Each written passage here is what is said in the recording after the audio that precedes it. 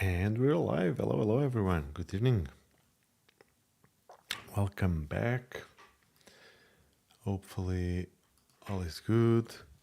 I'll just do the usual tweet.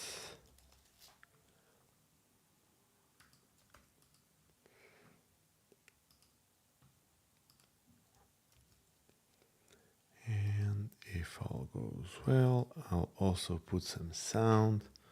Let me know if you're there already. I'm probably alone. And what am I doing? What I'm doing is posting, yeah.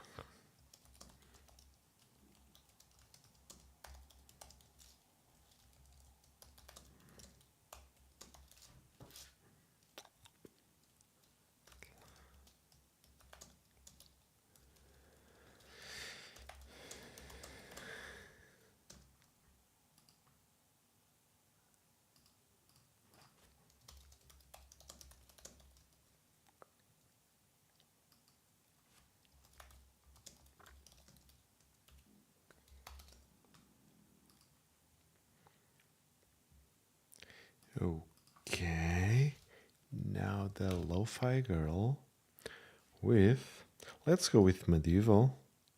Let's see if today's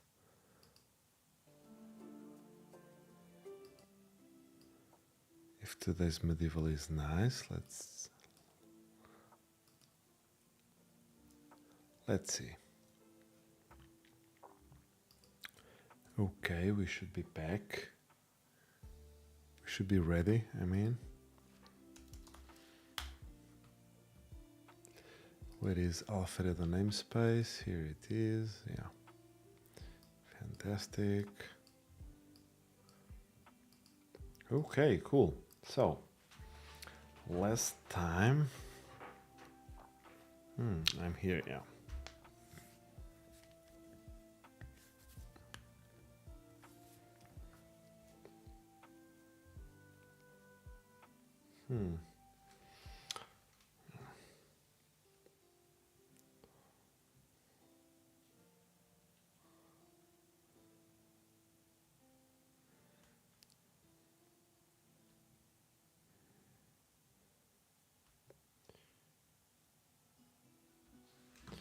Right. Let's get back. For these, I'm gonna bring up the project again. There are all. Not forced. Remove orphans. Does this sound? Does the music sound medieval to you? Not to me. Hey, Pick and Flow, how are you doing? Welcome, welcome to the stream. Nice to have you again, as always. How have you been? Yeah, this music doesn't sound medieval at all.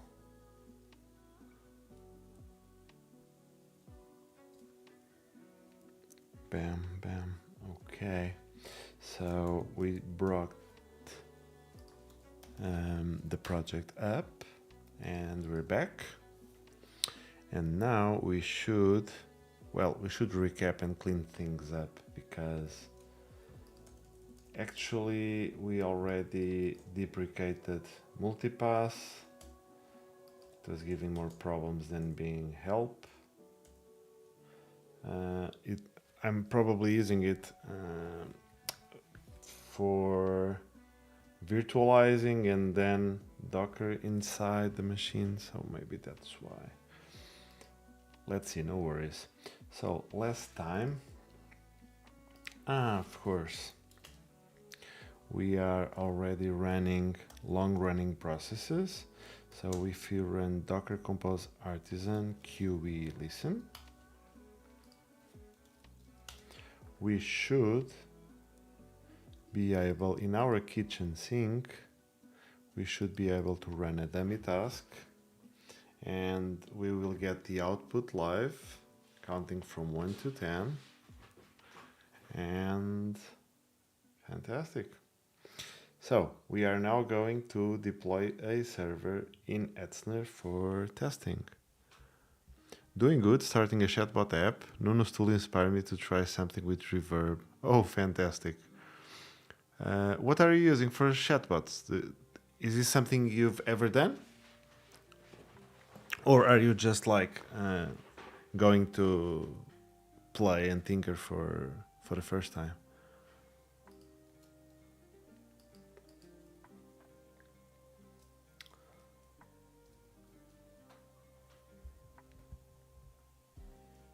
I need to put maybe this a little bit more like so. Yeah, so I can read it better. Yeah, fantastic. Okay, so let's see. We also have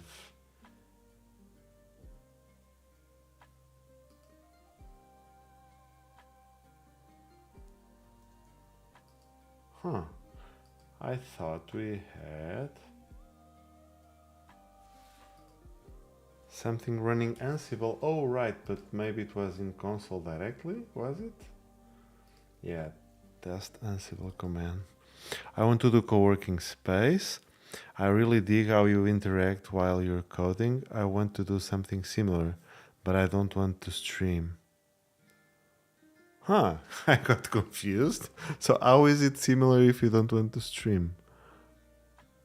So figured make peer-to-peer chatbot with video and screen sharing where devs can co-work. Oh, you're making a tool for co-working. Oh, nice. Okot Daniel, first time chat. Hello, hello, welcome to the stream. My name is Patricio. I'm a full stack developer. I love Laravel. I love JavaScript.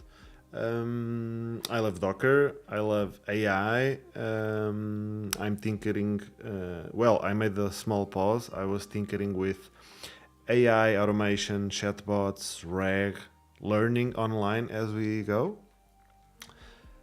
But in this process, like 3 or 4 lives in, we started to bring back something I had in the archive with another name, but now it's Alfredo, and we are finishing a self-hosting assistant, so we can deploy our tools, applets, and stuff online. I'm also the author of Mingle.js, which is a library to combine React and Vue components in Laravel Livewire applications. I hope you enjoy your stay. New here, just having fun seeing someone stream Laravel on Twitch. My background is Django, Python. Yeah, I heard a lot about Django as the de facto Python framework, so that must be cool. And yeah, welcome. Let's have fun. It's about technology. It's not about one framework or tool, right? Let's go. We're also. I've done some small amounts of Python, but that doesn't qualify as Python. Like in Ansible, some Ansible stuff, some quick commands. It's not programming, but yeah. I also love how powerful it is, Python, and still an interpreted language, so that's cool. I really like it.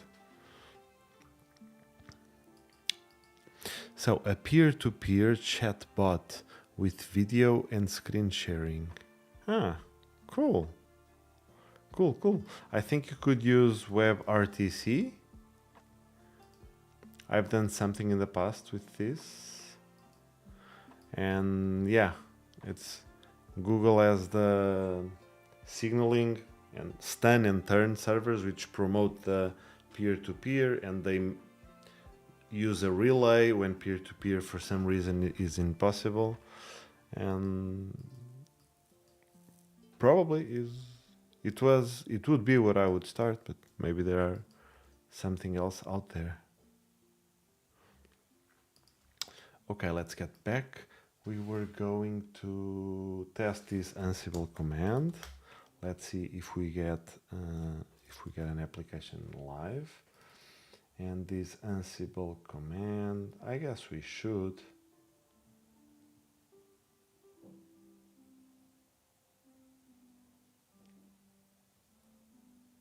No. No, this would be to, this was a second.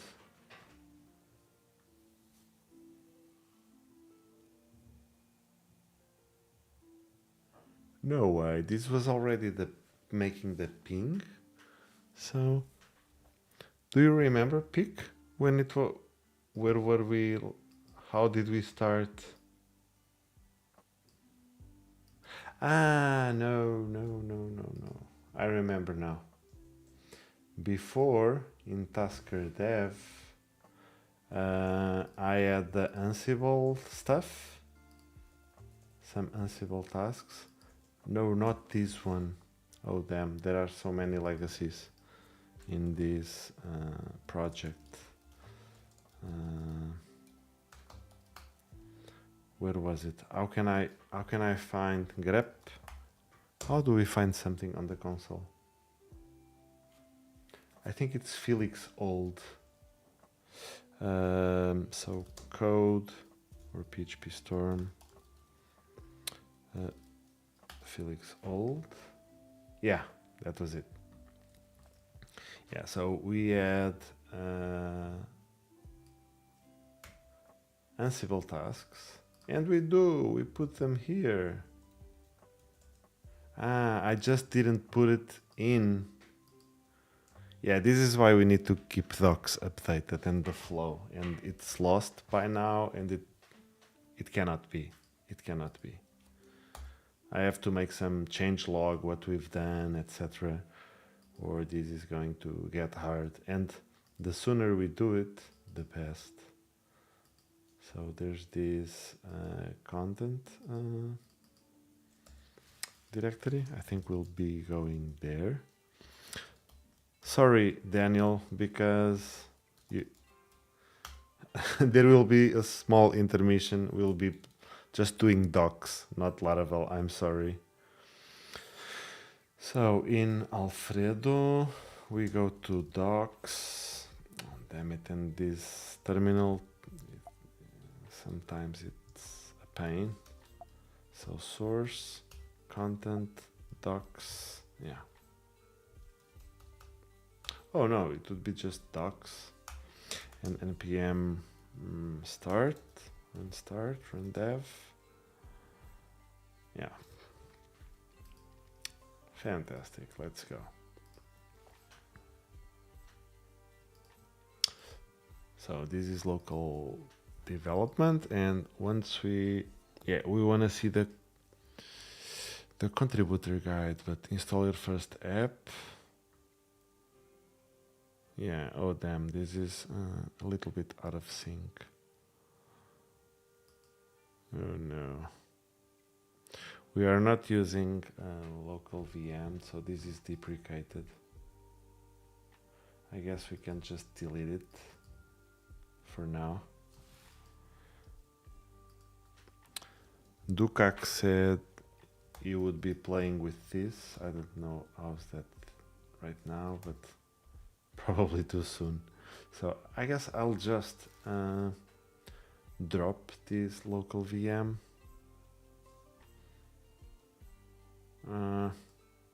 No, let's change it for local testing, local kitchen sink. So this is not testing, but yeah.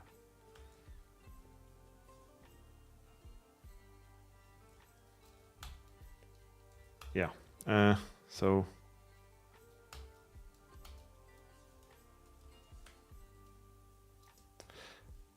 after trying out a local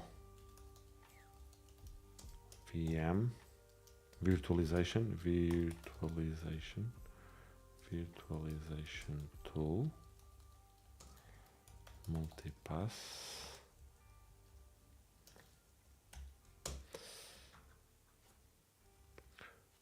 We decided to use a cloud a real cloud VPS for the tests. They take the charge by the hour,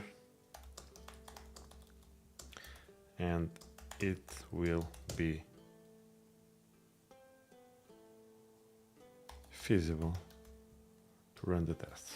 So we might come back to this point, this topic in the future, maybe with VirtualBox or Proxmox, but for now a cloud VPS will do. So when we want to deploy, I guess we will have it on the UI.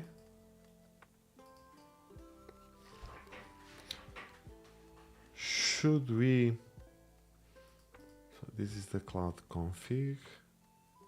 Yeah, and it could be there. So yeah, I guess we can start them.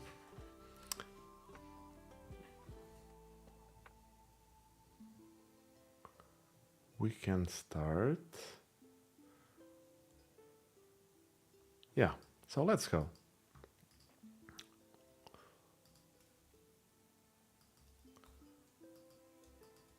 Task monitor. Whoa, it was the test Ansible command, so we were good.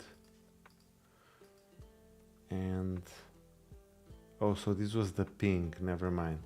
So I guess we went to the console and used this. So inside the secrets there's a token to really create a VPS, and that's it. This is some data.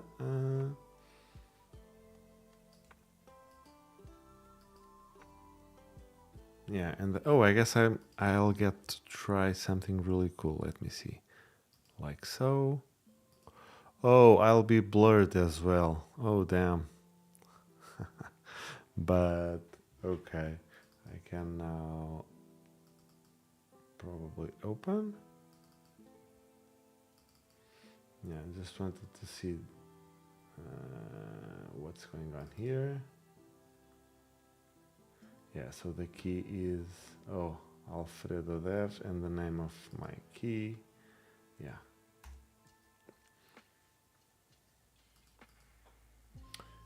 Okay, so let's get back. And we're back. I don't, Peak is saying I don't remember how my own code works. Yeah, I guess that's fair. But maybe you could have, yeah. Okay, so this Ansible task will create it with those vars. Oh, well, we have to find a way of passing vars. Okay, cool. So those vars will be in a JSON or something. Okay. So maybe for the next topic, let's find a way of running Ansible tasks from Laravel. That's it.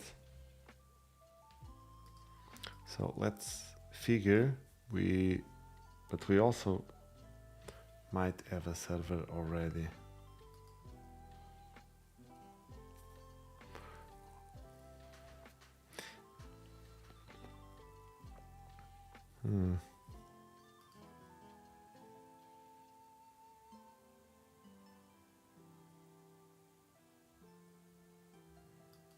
Yeah, so let's say if we had a server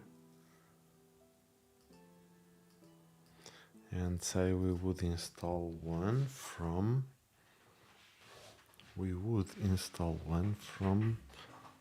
scratch.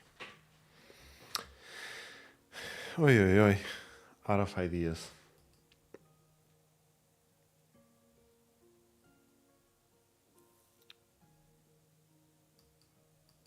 Not out of ideas exactly. Decision analysis paralysis. I guess that's the word, right? Okay, so if we want where could we start? I mean, we need to deploy a VPS, right? For testing. So I guess we can start there. Hey, hello, DevB Oshi. Welcome, welcome. Welcome to the stream. So we are building a self-hosting assistant. You can read about it in getalfredo.com. And I should publish. Oh, the repo is already there. Yeah. Fantastic. Okay. So it's a self-hosting assistant so that we can install one-click applications like NA10, Directus, Uptime Kuma, Umami Analytics, and so on in our VPSs, but also some Git repositories that are of our own, right?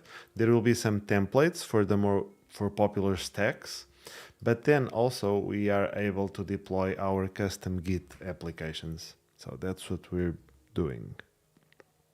And in this exact moment, well, before we were, so we are deploying with Docker. Are you familiar? And we are doing this with Laravel, Filament, Livewire, Vue.js, and Ansible, some SSH. That's it. Oh, glad you enjoy it. Nice. So before I was using Multipass to test locally, and it was working fantastic. But then when I installed some applications and I started running them, you can check previous streams, they were just not running, probably because it's a virtual machine inside our my Mac, right? Apple Silicon. And then there's a VM, and then it's running Docker inside, and maybe this multipass just doesn't handle it. I remember it was working before in Vagrant with VirtualBox, but I don't want to waste time like setting up that local thing. I really want to use this. I have real use cases, and there are plenty of dashboards out there to do this, but I don't find a good one. And I need this. So yeah, let's go. Okay, so to run, so let's go bash. And let's go inside Ansible. And if all goes well, we will, yeah, we have these playbooks. So create VPS Etzner. So we are going to run Ansible playbook, and that's it. Create, no, playbooks / create, and if all goes well, failed. Oh, of course, because we should tell the inventory. No, what inventory? Oh no, there's no... The community model is not ready? Oh, damn it. I have to change Docker file. And for some reason it wasn't building last time. I don't want, and I didn't fix it still, so I'll just install this manually. The collection of Etzner Cloud. And it's going to need something more, requests in pip. Yeah, let's try. Okay, so we now have the collection, and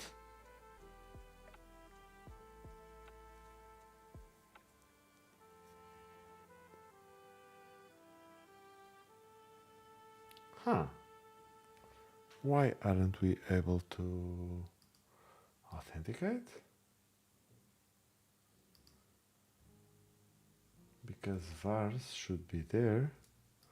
Let me try to see if I can. No, not in Tasker Dev.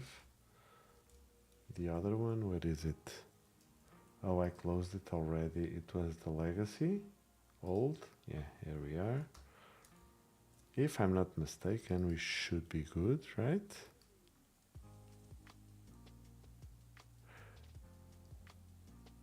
Yeah, exactly. So we should just run the playbook and that's it. Is it the API key? Did I... Let me just blur this for a little. And I'm gonna go and check the API tokens. Okay, I removed it. Cool. So Alfredo dev. And I'm generating the token, copying. And now I'm gonna go and put it in the YAML secrets. In the secret YAMLs, or in the YAML with secrets.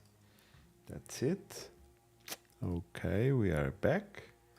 And I'm just going to go and run it again, because we should now have, and we do.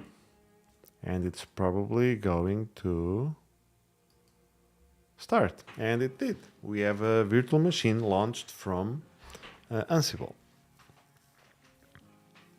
You mistakenly deleted the API token?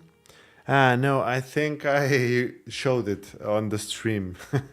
So I immediately deleted. I'm now reminding. It was on a previous stream. And I will in the end, right? I want to keep it. Yeah, yeah, it's cool. And you know, the key, which is here, is open source, right? So literally you can go to the GitHub and log into the machine and do stuff, but don't. I mean, I could whitelist or I could use another key, but yeah, I don't care. This is just to destroy in 10 minutes from now. Okay, so what else?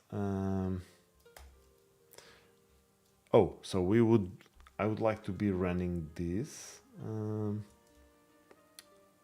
Oh, and by the way, we can probably come to the server list. How is the seeder? I can't remember. So the seeder for the local server. They will generate the keys.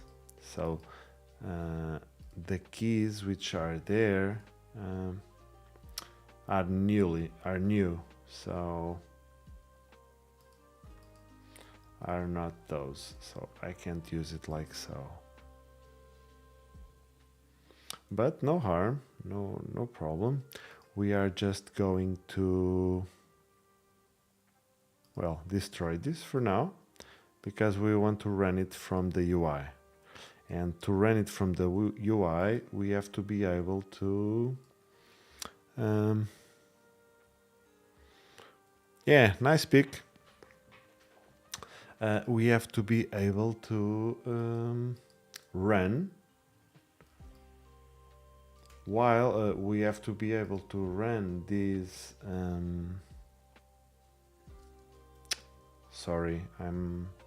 we have to be able to run the playbook while providing variables not in a file but in runtime. So yeah, that's it.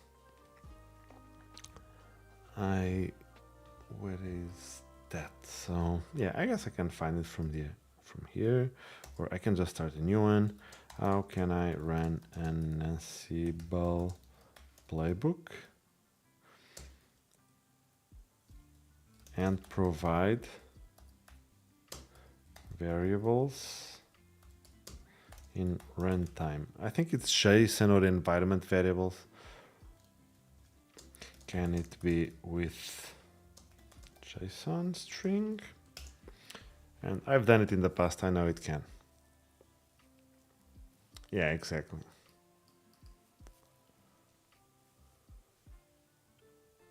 Yeah. We could use a file, yeah.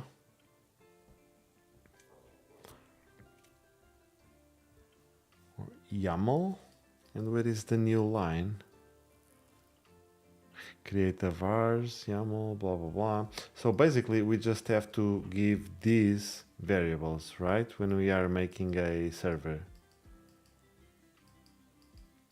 And hey, Peak, you know what I discovered? Peak and everyone, of course. Um, I want to, I want, I wanted to bring Filament 4 and Shotzi and Vue here, but I also got curious to try Next UI as well. So I'm just reminding that. Never mind. Let's keep the focus, and when we're creating a new server, we might. Yeah, I guess we can just have another page. So we could deploy a new server like on Etzner, right? So let's make a new action or a new page. So let's come back, and now we are going to PHP Artisan, make filament page, and that's gonna be, I mean, I guess, should I bring Filament 4 and Vue.js right now? Yes or no? I guess we are very few here. I don't know if you get excited with that or not. So this is going to be deploy VPS, Etzner VPS. How many years you are in dev? You like Vue? Do you like Vue DevB? Or Oshi? I like Oshi more than DevB. Can I call you Oshi? Am I pronouncing correctly? And years in dev, I have 22. 03 is when I started C++. Vue for the win. Yeah, that's it. Oh, your name is Oshi. Yeah, sorry for that. Dev B. Yeah, dev sounds like dev from developer, but who knows?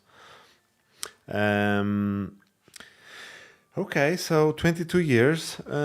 That's it. That doesn't mean anything, right? But it means I'm old.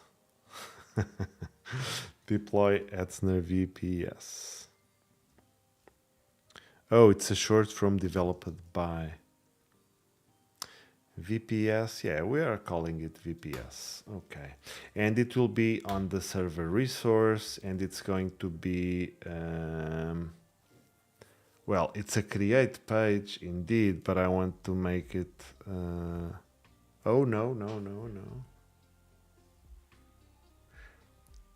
What do I want? Yeah, I want it to be a custom page, and I will make it manually. Because the create will retrieve the form from the resource. Let's see if we can.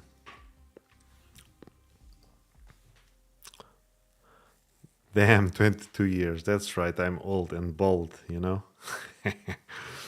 Lol, I am dev for 13 years, but I'm older. Didn't start dev work till late 30s. Oh, and that's never late. That's not late. I'm only 2 years. Well, Oshi, everyone's got to start somewhere. That's not only. It's everyone is at its own pace. All is good. You type really well for 2 years old. Even I'm only 26. Yeah, that's perfectly fine. Perfectly fine. Oh, this is YouTube. Yeah, Twitch. Oh, Twitch.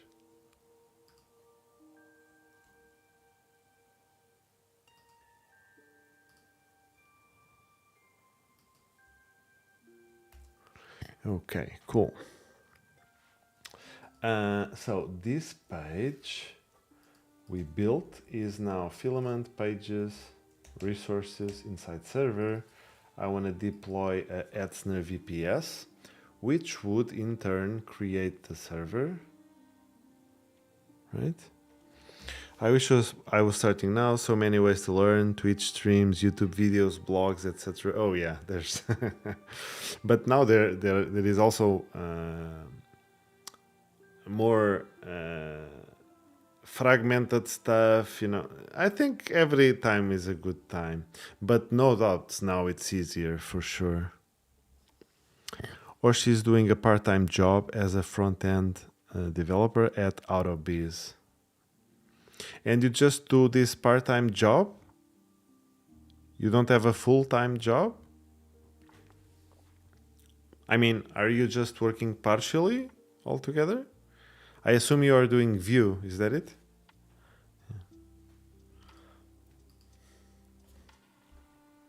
Oh, you're a student. Oh, cool. Oh, so that's nice. I was always a working student as well at Prague University. Congrats, keep it up. Computer science student. Okay, so let me find where are we getting the... I've actually never created a different form. I guess that's probably because that's not a handle record creations, get form actions. Yeah, this is not creating a resource exactly, it's making an action. Yeah, never mind. I want to revert. I want to eject. Okay. And let's make a custom page. So filament page, deploy VPS, Etzner VPS. Yeah, we need it because depending, let's see, maybe we can combine it, but because the sizes of VPSs are different, so maybe, so, okay, custom. So we should be good to go. We have a custom page. Also, I'm regretting a little maybe not doing it in Filament v4 already. Doing React.js, Remix Framework, and Next.js. Oh, cool. I would be curious about Remix. But in fact, yeah, React is just not my favorite. Oh, you're willing to learn Vue. Yeah. I mean, they're both cool. They're both fantastic. Svelte also, it seems, a lot. But have you tried Livewire? From all the JavaScript, I do prefer Vue with Options API. I think that's the best. Okay, so let's go to the... We are on the list page. So we are going to add an action, which will be make a deploy Etzner VPS. That's it. And this is going to be an URL that will go... We have to register the route. So for creation, we are going to make a deploy Etzner VPS. That's it. So if we were to go here, the URL is, yeah, it's static. We don't need the resource. So we just need to go to the server resource. Server resource, get URL for that key, and if all goes well, we are to refresh and we can just deploy Etzner VPS. We can make a better label. So deploy, whoops. We can make this different later, like with a better UX, and like deploy VPS or new server, what kind, etc. You know. Remix is kind of new here, building a website of a Shopify store using Remix. It's kind of same as Next.js, server-side rendering, so it's pretty fast as well. Cool. What I enjoy a lot on top of anything else is Livewire. It's just, of course, but for people who enjoy Laravel or that are willing to learn it, that's For me, that's my preference. And of course, it depends on the kind of project we're building, right? So take it all with a grain of salt.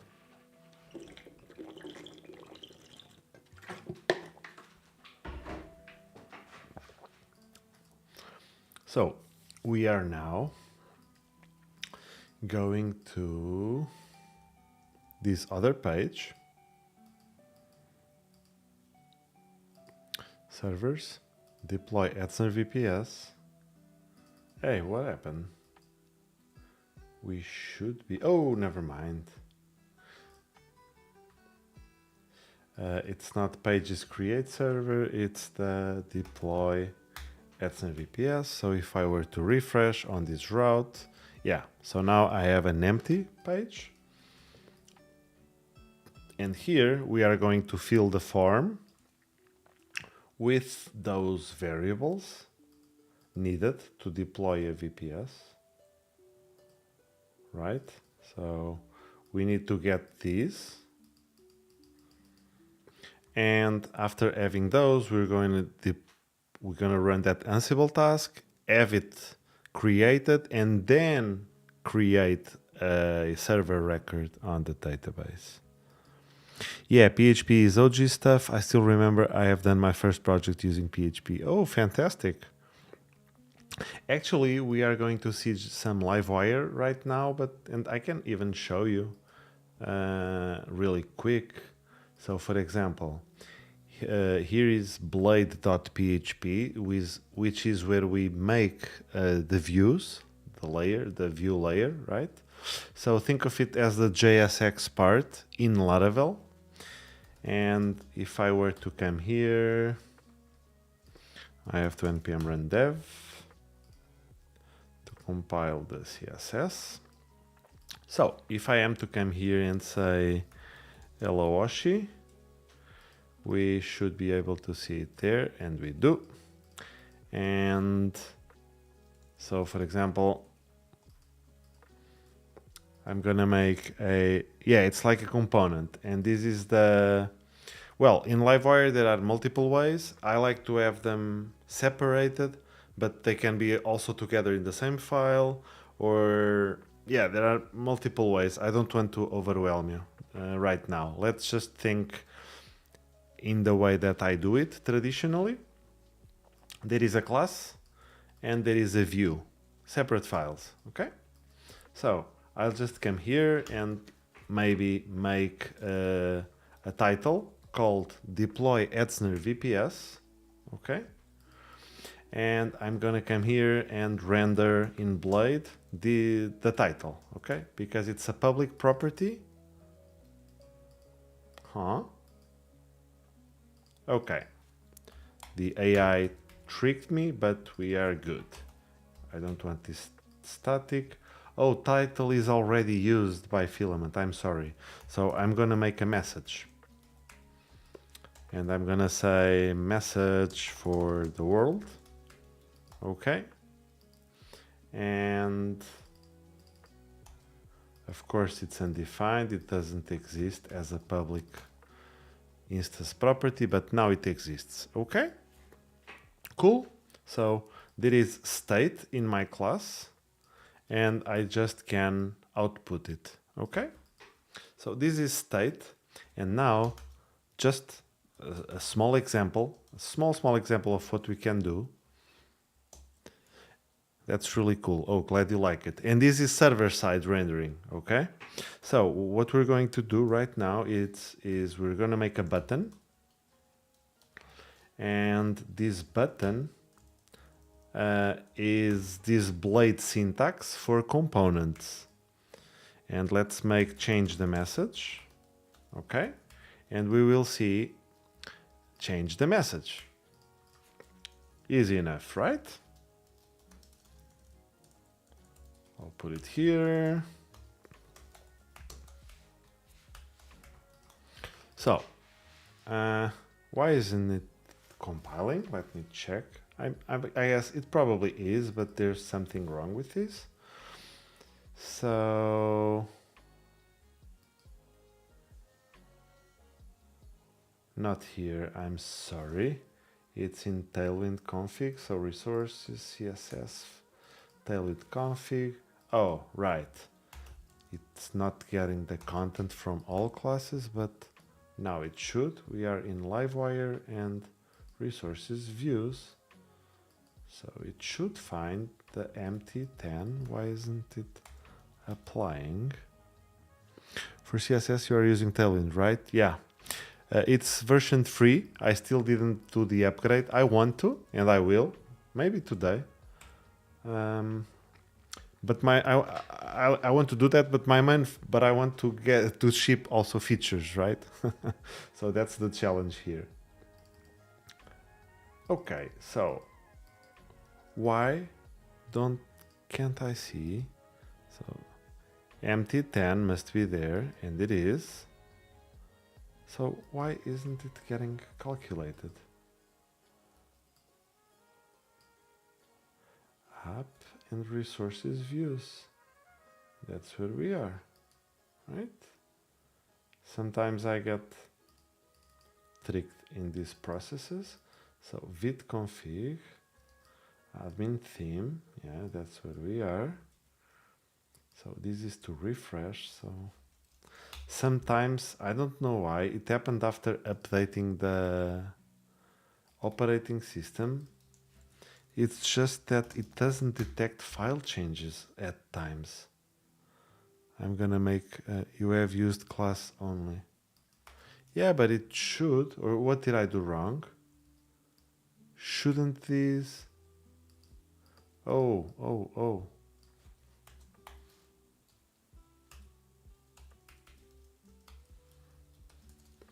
That's inline, right? So maybe this is what's missing and I'm just silly. No, so now I'm sure, right? It should have a... It should have a space here, right?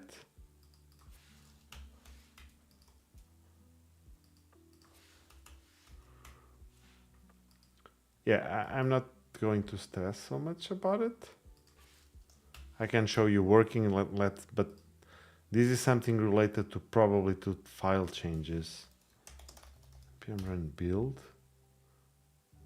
Oh, I'm so stupid. I'm so stupid. This is in the docs directory. This is Vit. This is Astros. This is the documentation website. OMG. OMG. Can you write class name? No. This is not JSX, Oshi. Yeah, now we have it. Yeah, I was running npm run dev in the wrong folder. Look at me. Yeah.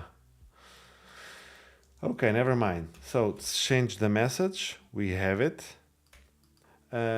So now what we're going to do is when I click, and I can do it in JavaScript. Yeah, out of there, yeah.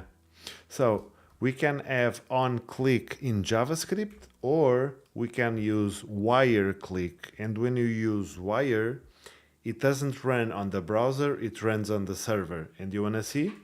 On wire click, let's say, message for the world, let's say change the message. Change message, okay? And we're just going to go into our class, and we're going to make this public method, public function, change message, okay?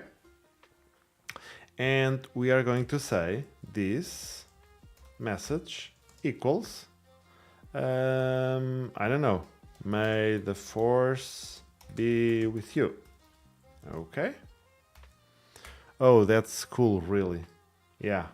So you see, change message, and this changes this for this, okay?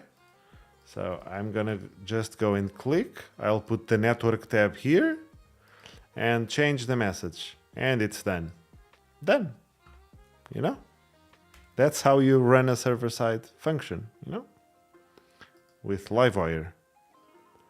I'm waiting for your message. There's a little delay. I've finished. It's faster to do this than to receive the message.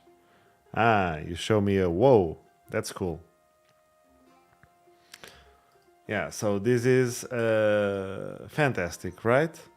Of course, we could also, that's really cool. Yeah, indeed. Hey, hello, Daniel. That was cool. Thank you, thank you.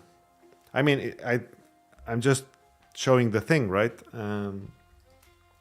I didn't do it myself, of course. um, so yeah, this is something you can use right away if you install Livewire. And it's just, this is 1% of what we have with Livewire. And yeah, that's it. But also we could do add click. And now I'm gonna say alert, hello, right? And add click is client side, so browser message. And I'm gonna say alert message in the browser. Yeah. So if I were to refresh, already did vit, I'm gonna click and bam. So this is not server side. What else? If I want to give an attribute to change message, for example, I could just, for instance, input, type text, wire model message, for example, or yeah, it could be, but it's already there, a message, right? Yeah. So let's call it new message. New message, okay. And this is empty. So if I am to wire model to message, wire model, it comes from a little bit inspired in Vue.js and AngularJS, if I remember correctly. This is like in React when you define a value to this and you, for example, new message, set new message. So the new message is the value, and at input, Alpine will call automatically set new message to the value of the input. Okay? So if all goes well, I'm gonna just put a small divider here.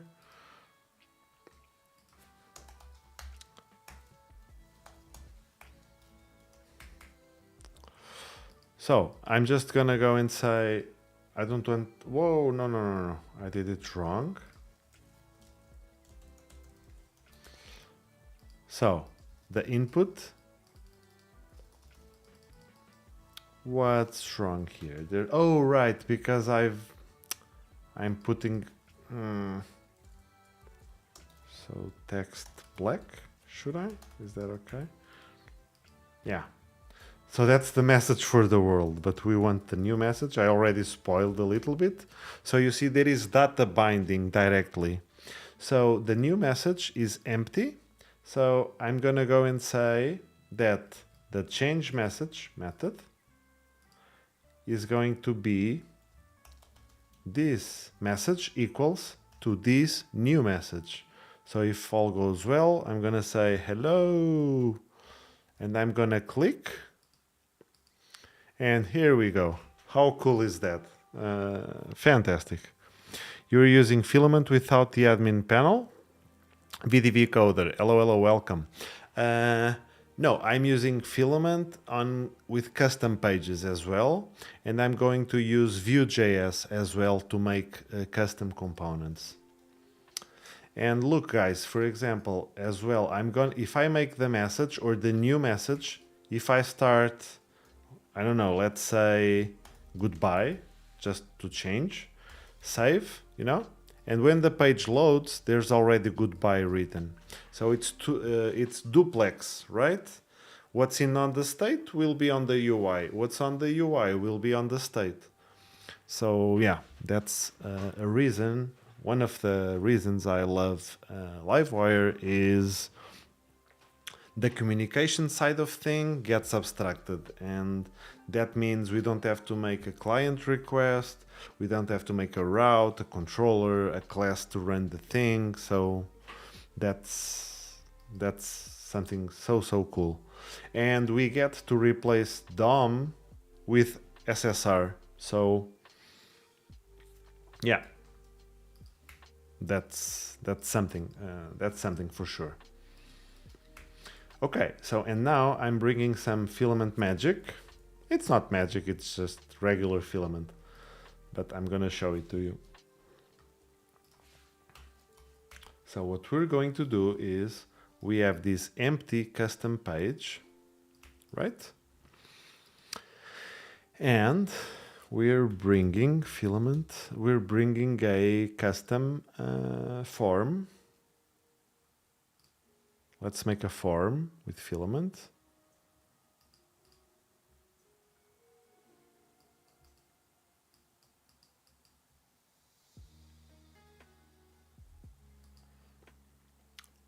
And that's it.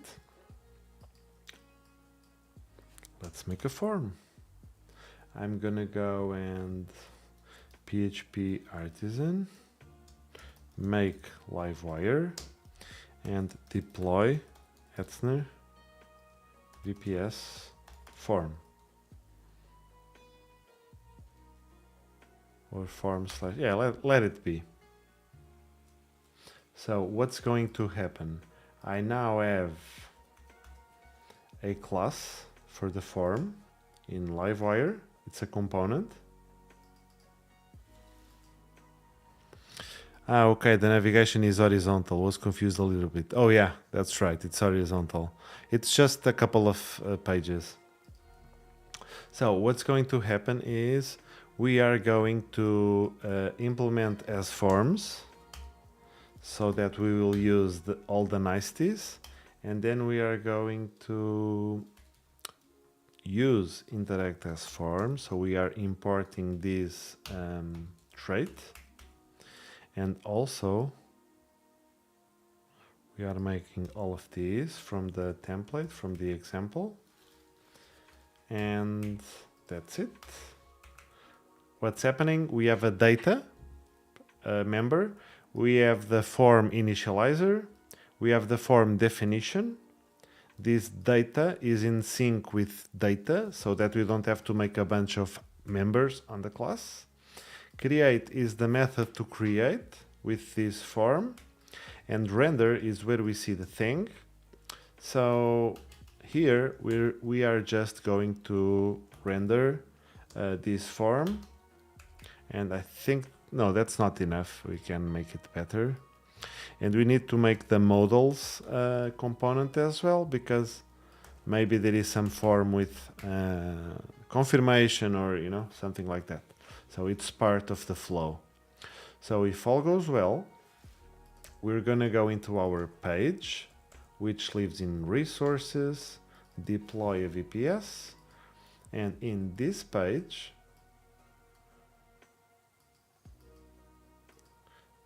okay, it's very small, but for now I'll just put the livewire component.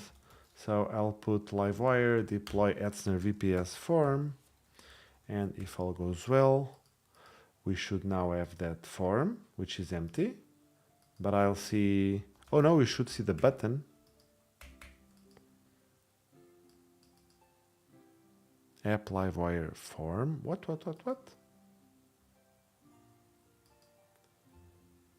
First of all, this is a mistake. There's a typo. Etzner.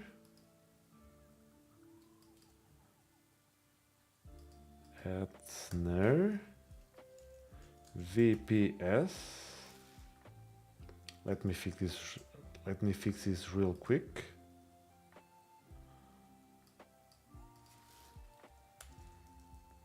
So Etzner VPS altogether, although it might be a little bit out of convention, doesn't matter. Livewire deploy Etzner VPS Etzner. Is it rendering or not? Okay, so the form must be of type livewire form and filament forms given. Let me check what's going on. This form, right, we didn't import a class, so it's a filament forms form, and if all goes well, yeah, we see the yellow, we see the submit. So right now we're going to change this button with a filament button, and now it's on theme, right? I'm going to remove this hello, and we are starting our form right now. So let's see what we need. We need the variables for this, so I'll open it maybe here on the side, and this can be here and like so. I need some water. Osh is saying thanks for the intro, boss, but I'm not boss, okay?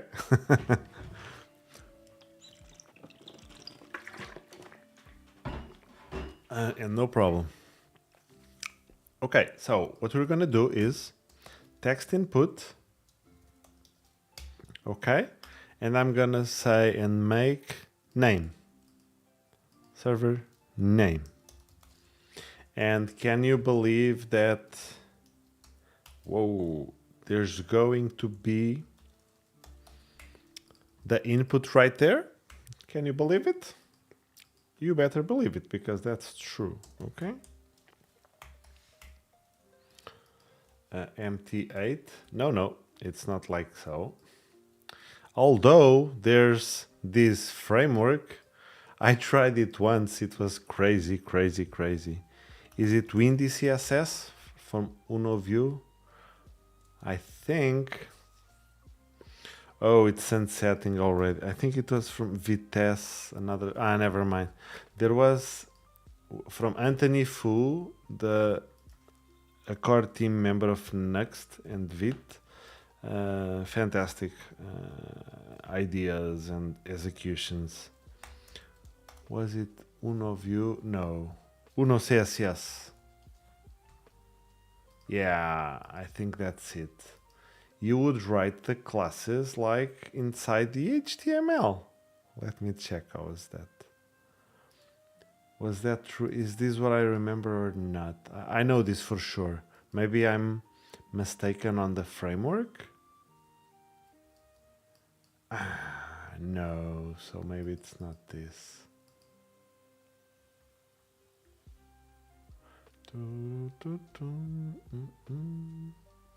Okay, maybe it's not this.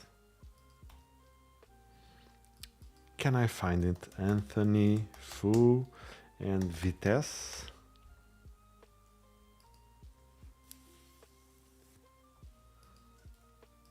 I remember it was so cool. Yeah, I think so. Yeah, I think it's this. Uno says yes. Yes. So if we were just checking, okay, just bear with me seconds. The counter. No, it's not.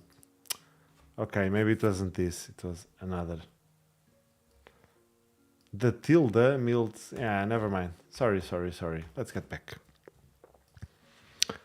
Okay, so getting back. So of course this is a class, MT8.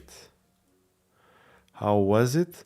Yeah, so you didn't write class. You could write here MT8. Like it was like faster, you know. You don't have to type so much things, and it would group stuff, and yeah, it was crazy fun. A little bit weird in the beginning, but fun as well.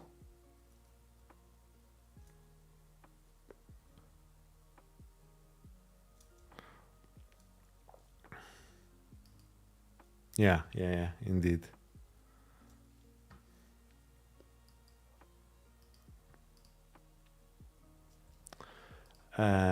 Okay, so we're good to go. We have a name, and if we submit, we have it there already. The form is almost done. 11111. That's it. We have 1111111. Okay. So we have the name. And of course, we are going to start with this a little bit naive, but it's okay. So name, my app, server type. Oh, server type, it can be a select. And it's going to be server type. And there will be options. And those options, yeah. So let me find, yes, Sashi, it's like that. Etzner pricing. Or I could just check there. Yeah, never mind. Yeah, there's an API endpoint where we can check it. We can use that later, so yeah, never mind. Let's just use the one that we need. We are using, what was it? We had it already. CPX11. So that's what we'll use. And CPX11. We can say CPX11, and by the way, we can put 2 CPU. Oh, it knows it already. 4 gigabytes, 40 gigabytes. 2 and 2 and 40 gigabytes. Okay. We could get then from the API and get it update stuff, but it's okay. Or she's saying, so where are you from and what do you do for a living? Maybe I already know that. Though, tell us about yourself a bit. I don't want to bother either. Aha.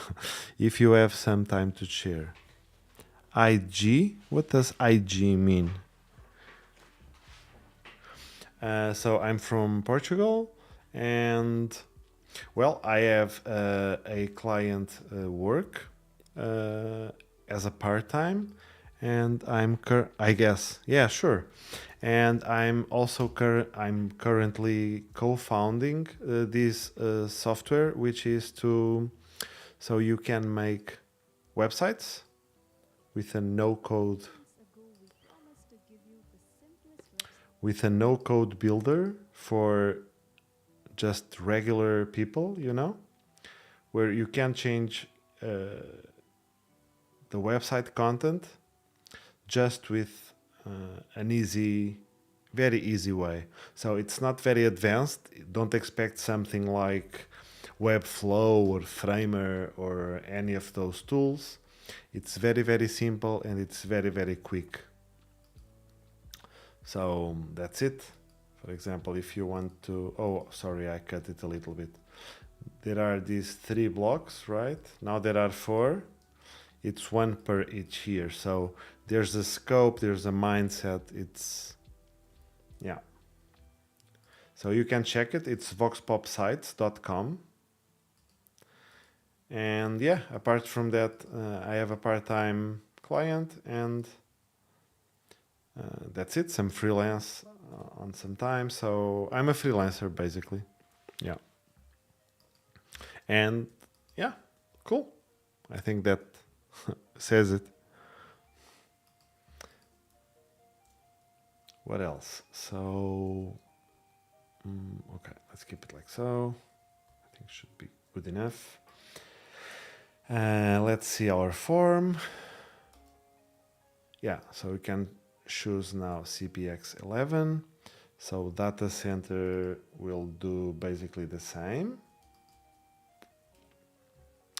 I will definitely check that. Awesome, thanks for share, of course.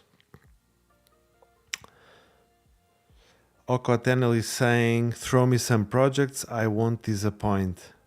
What do you mean? You want to make projects? I don't know if I get you.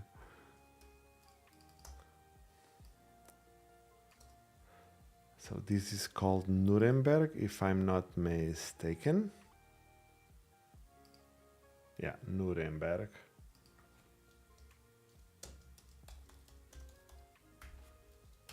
Yeah, we will get all these values from API later, so it's cool.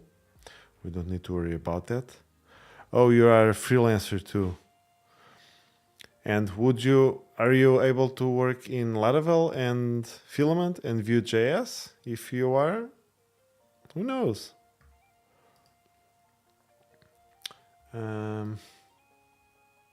Name, server type, also data center. image. Oh, again.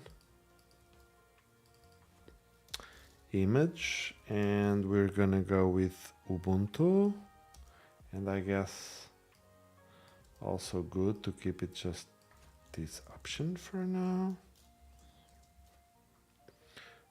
Okay, monitoring true, so this will be a boolean. Whoa, was this a boolean? Oh, I'm so sorry, it's not a boolean, it's a toggle. Monitoring, backups,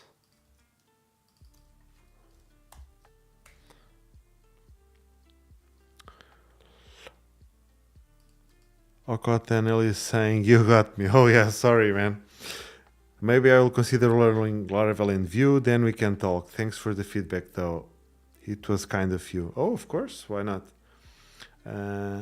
I have nothing against Python and Django, you know, but after the project, if I had to take care of it, if I have to maintain it or fix something for my client, right?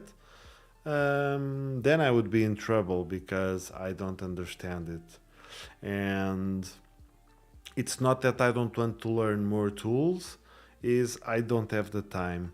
The tools that I want to learn now, if you didn't see the last streams, the small amount of time I have, I want to learn AI with chatbots, reg, and automation. So I want to start building chatbots the easy way with this NA10, and it's exactly NA10 and other tools that we will deploy with Alfredo, you know. So yeah, that's what I want to learn next. Yeah. Hoops, hello, first time chat, welcome. With a Patricio. Do you know me from before? Marcos Coelho, hello, my friend. How are you doing? Oops, first time chat. You probably know me from before, but maybe there are more people there. So, welcome everyone to the stream. My name is Patricio. I'm a full stack developer, and I love Laravel. I love JavaScript, Vue, Docker. So many technologies, it's insane, right? I'm the author of Mingle.js, which allows us to use React and Vue in Livewire applications, and currently we are implementing Alfredo. We are building Alfredo, which is a self-hosting assistant to deploy applications, App Store applications like NA10, Directus, Umami Analytics, Uptime Kuma, Base Row, and more. Also, there will be templates to install, Nuxt, Next, VitPress, and so on, and also some Git applications that you might have, all with Docker under the hood. If you don't know it, it's not a problem. It will be just a UI to click on stuff. You don't have to know anything. Hoobs is hunting fellow web artisan streams, sending greetings from Namibia and greetings from Portugal. Thank you. Welcome, I hope you enjoy your stay. Okay, so after backups, we will choose a username and a sudo password and some authorized SSH keys, which is going to be an array. So it's gonna be a repeater, simple. Oh no, so it's a name. Oh, sorry, so username, user password, SSH keys. So we should, yeah, let's see what it comes, but SSH keys. And it's a simple field, right? Or no, maybe no. Because, Yeah, okay, let's do it. It's not so simple. We are bringing our own keys, or we can generate one on the fly. So this repeater will have a schema, exactly, which will have a public key and a private key.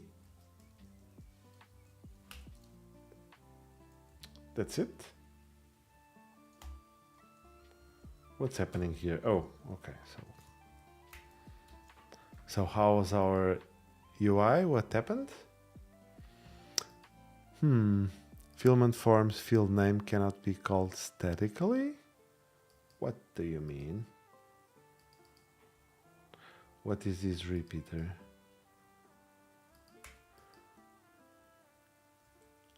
Huh? Sorry, it's not name, it's make. What are you doing? Okay, cool. So SSH keys, we have multiples, we will have collapsible, and we will have collapsed at start. And yeah, we can open it there, or let's not be collapsed at start. Yeah, I don't know. Okay, and also what else?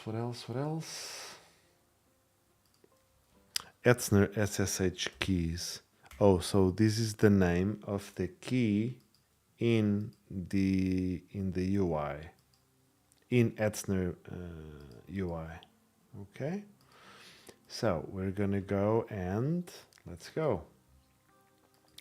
We're gonna go and create as well that repeater, which in turn it's gonna be simple because it's just gonna be one type of field. So if all goes well, we have it like so. Yeah. Whoa.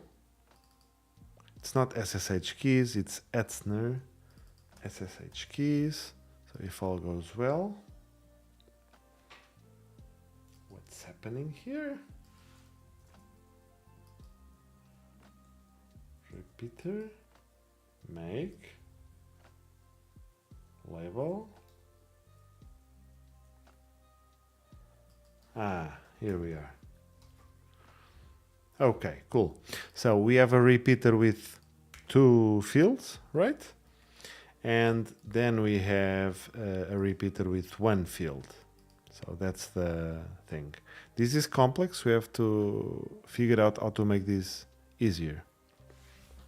Hoops is saying, how long have you been using Filament PHP? Whoa, I don't remember. I don't remember. So since version 3 came out. So when was that?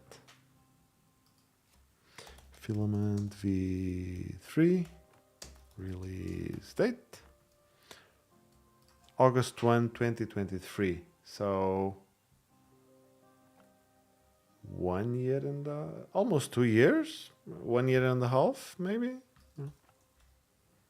So that was it.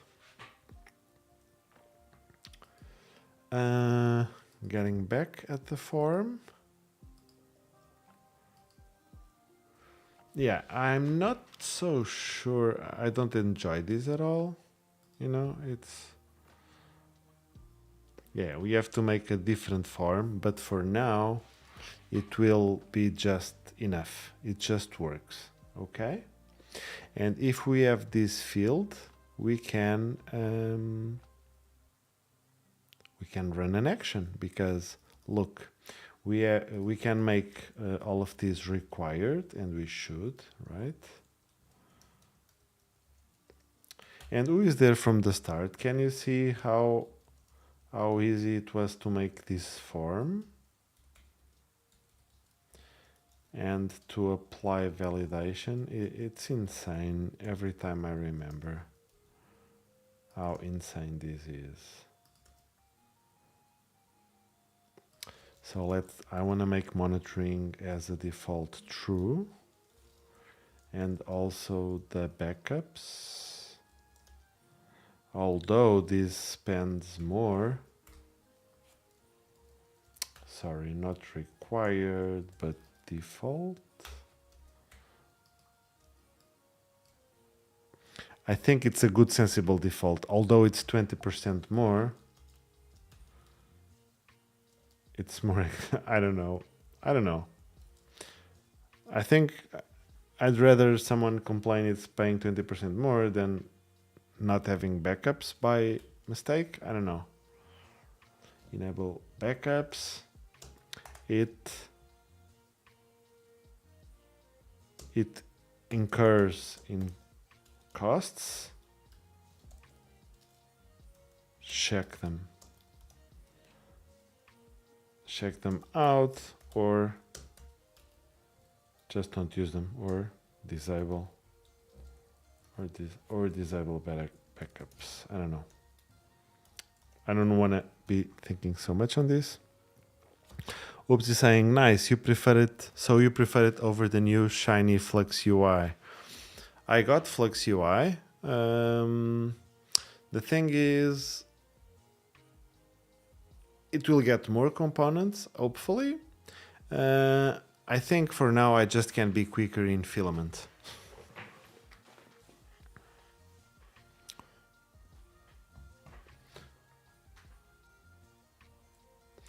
I guess it all depends on the project. Username and password, so this is required. And the repeater required. How's the repeater? Forms, fields. I want to say at least one. How do we say that? Validation, yeah. Min items, fantastic. So min items 1.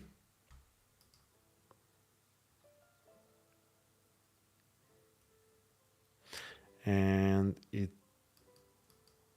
I think that's it. Yeah. So if all goes well, we have a full functioning form.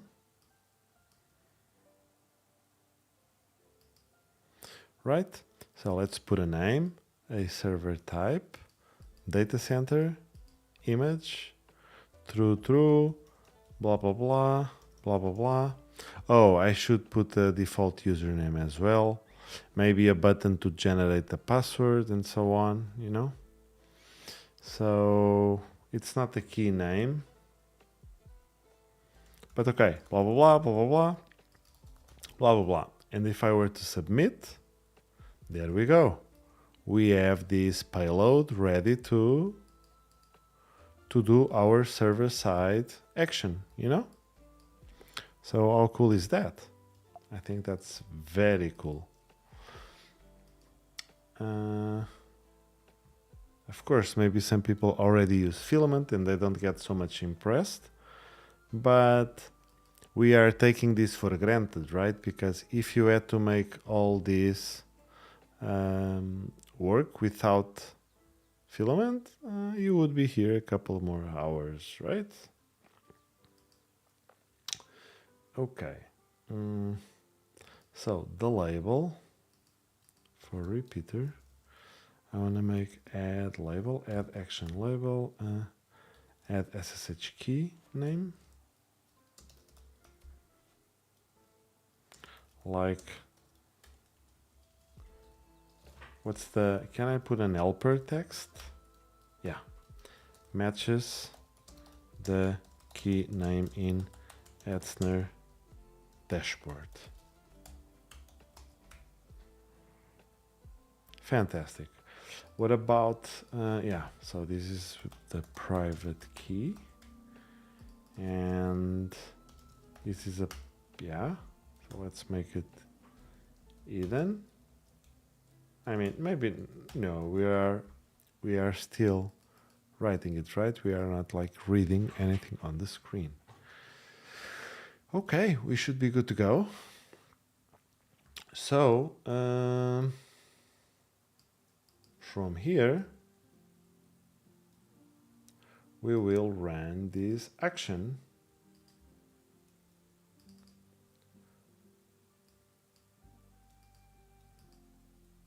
And it will be execute Etzner deployment.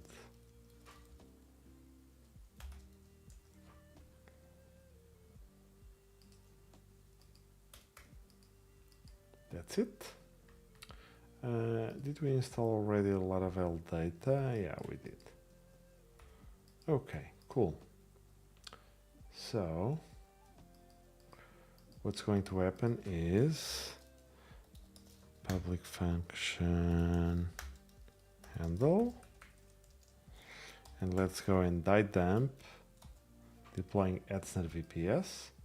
And what's going to happen is, okay, let's accept an array of input, and this is not how it's going to be. I just want to show it before.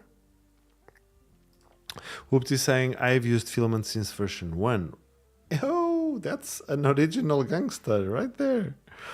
When it was just the admin panel, tables and forms, it is crazy it grew to what it is today. Indeed, indeed. It's fantastic. I was only dreaming of being able to build or something like this to exist many years ago. And yeah, and someone has done it, Dan and the team and the community, which also contributed a lot and so on. And yeah, it's massive. Huge props for them.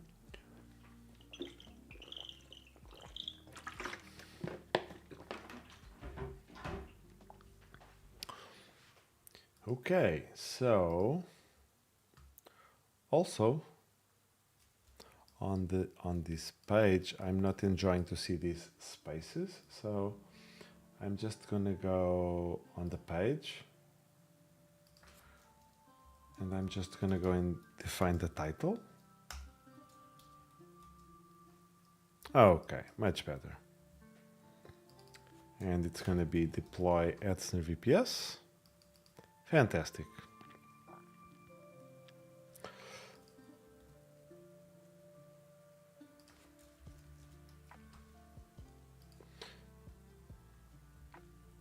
So for now,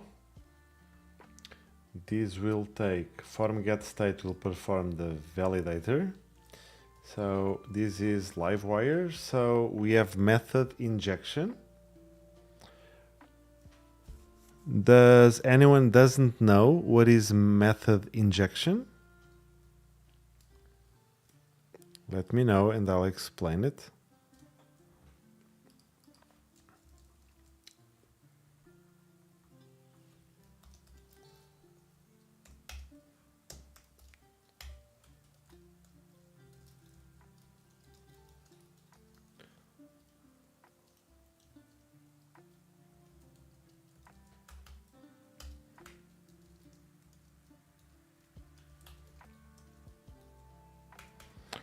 Yes, please explain. Okay, Hoops. So I'm gonna repeat, which is, so since I'm explaining it, I'll also ask, do you use are you familiar or do you use the Laravel service container?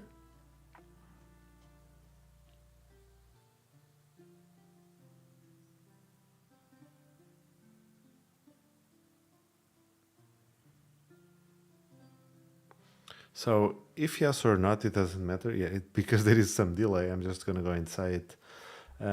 So for instance, when I have to have a way of clicking and showing. So I'm just going to go and comment all this.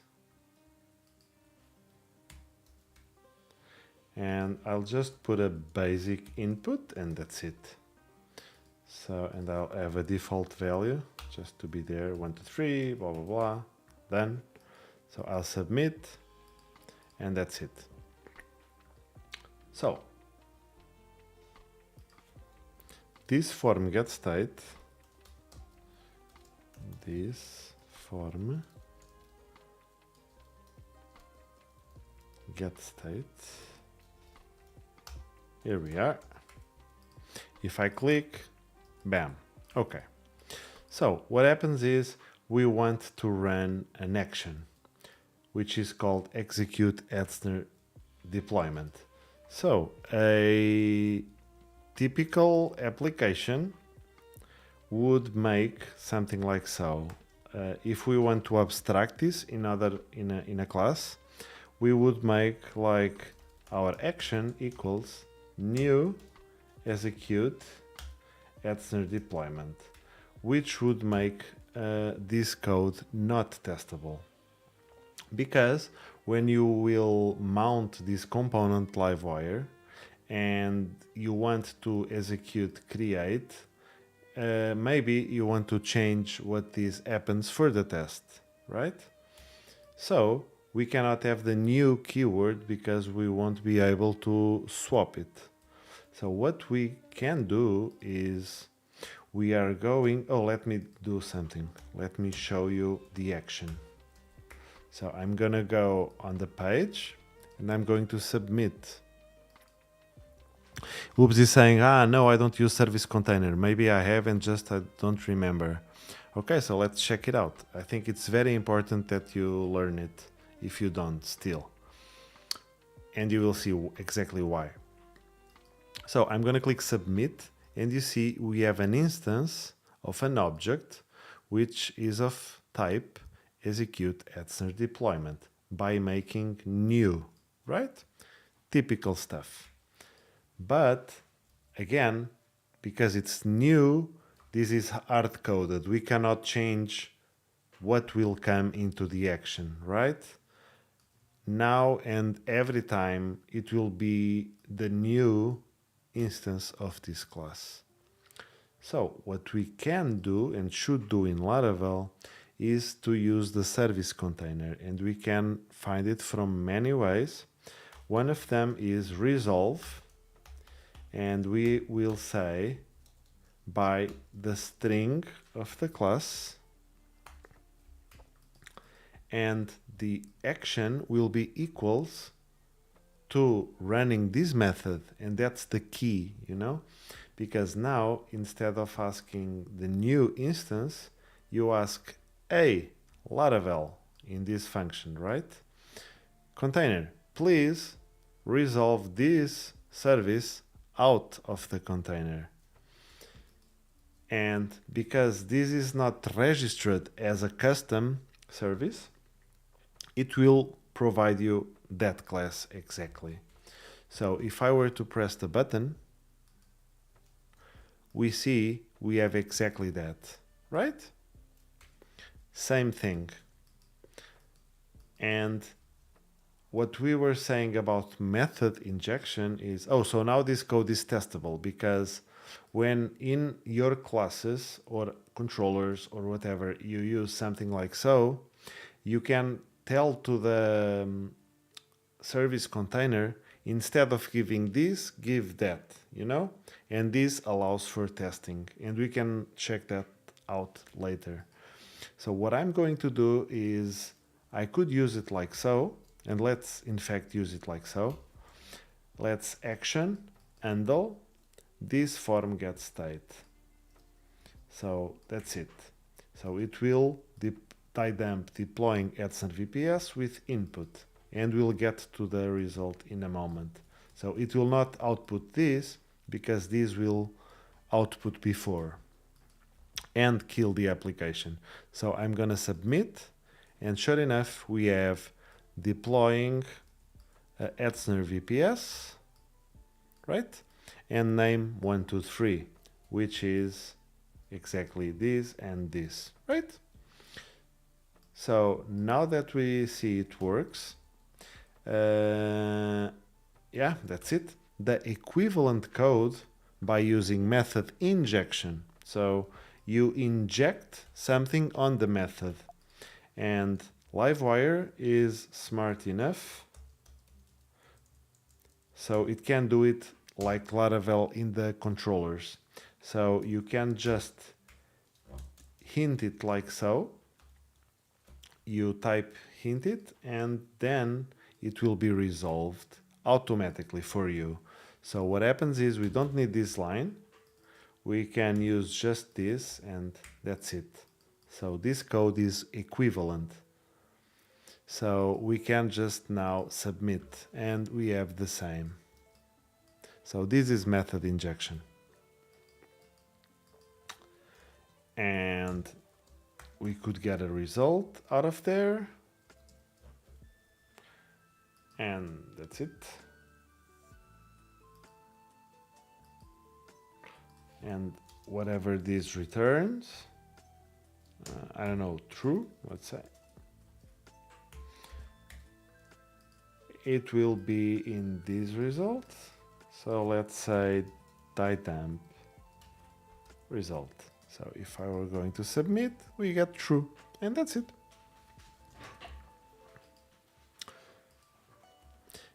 Nice. Yes, I have used this before, but now you made me understand it even better. Cool, so anytime. And now and later we will see how to use the replacement and why is it so helpful. Okay, so let's continue. I need some water. And at the same time, maybe I need to do a small break, go to the men's room. Okay, let's go. What time is it? 11:30. Cool. So, what we're going to do now is we are getting that input, but before I want to... Okay, we have validated that state, but I want to make something further.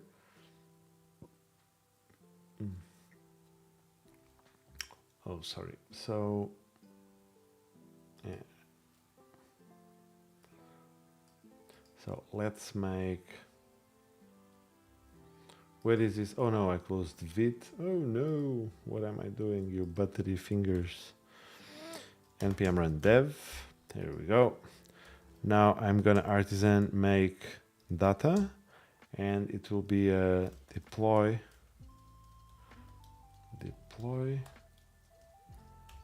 Hetzner VPS payload or arguments,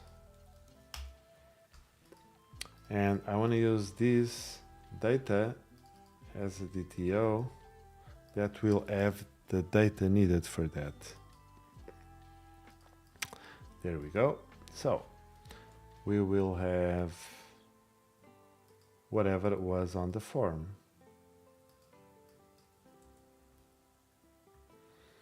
It will stop being this easy, right? And it will become this...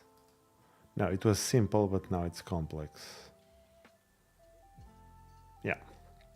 Okay, so let's have a public string. Okay, we have a private key, we have a name, server type, data center. Oh, I love AI. Image, username, user password, monitoring, backups, SSH keys. Probably no. Now you are guessing too much. No problem, but it helped a lot, huh? So, name, server type, data center, image, username, image, so then it's monitoring and backups, and then username, password, SSH keys, and Hetzner, and it's also an array of strings, Hetzner, SSH keys. Fantastic. Do we have a class for the key? Let me check. data? No, I guess not, right? We don't have a value object for the key. We don't. We do. Services key pair.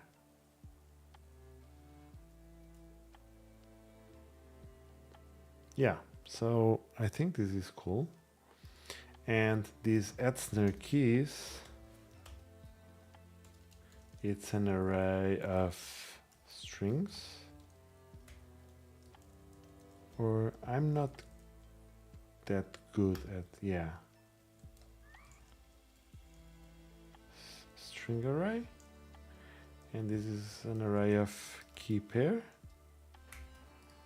SSH keys. Fantastic. So that's what it needs.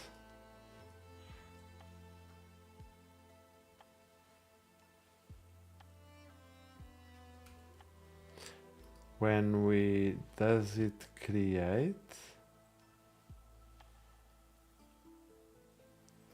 when is this used? Is this used? Never. So why is it this?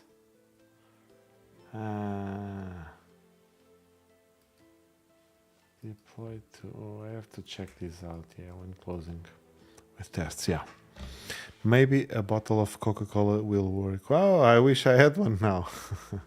Zero Coke, zero Coke.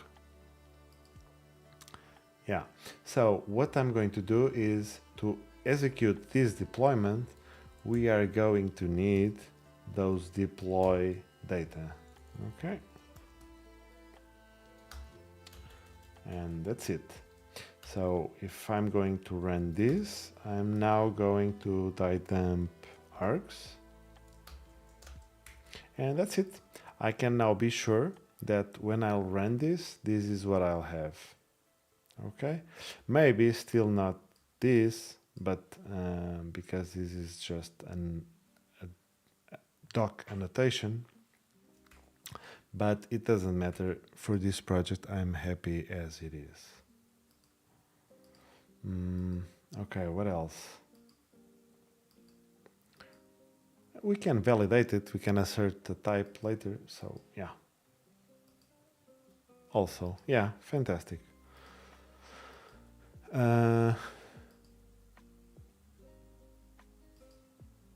We can, but assert, we have to require the dev package.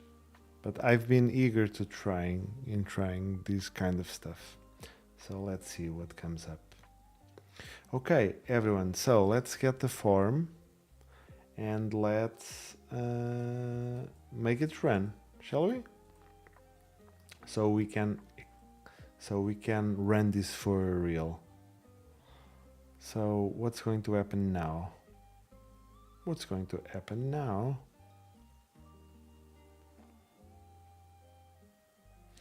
What's going to happen now is in the Livewire. I'm getting lost.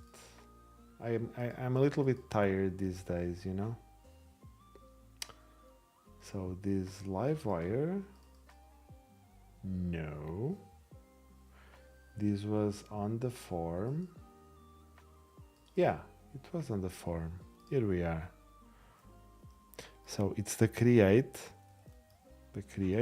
function. We'll receive the action and it has the form get state.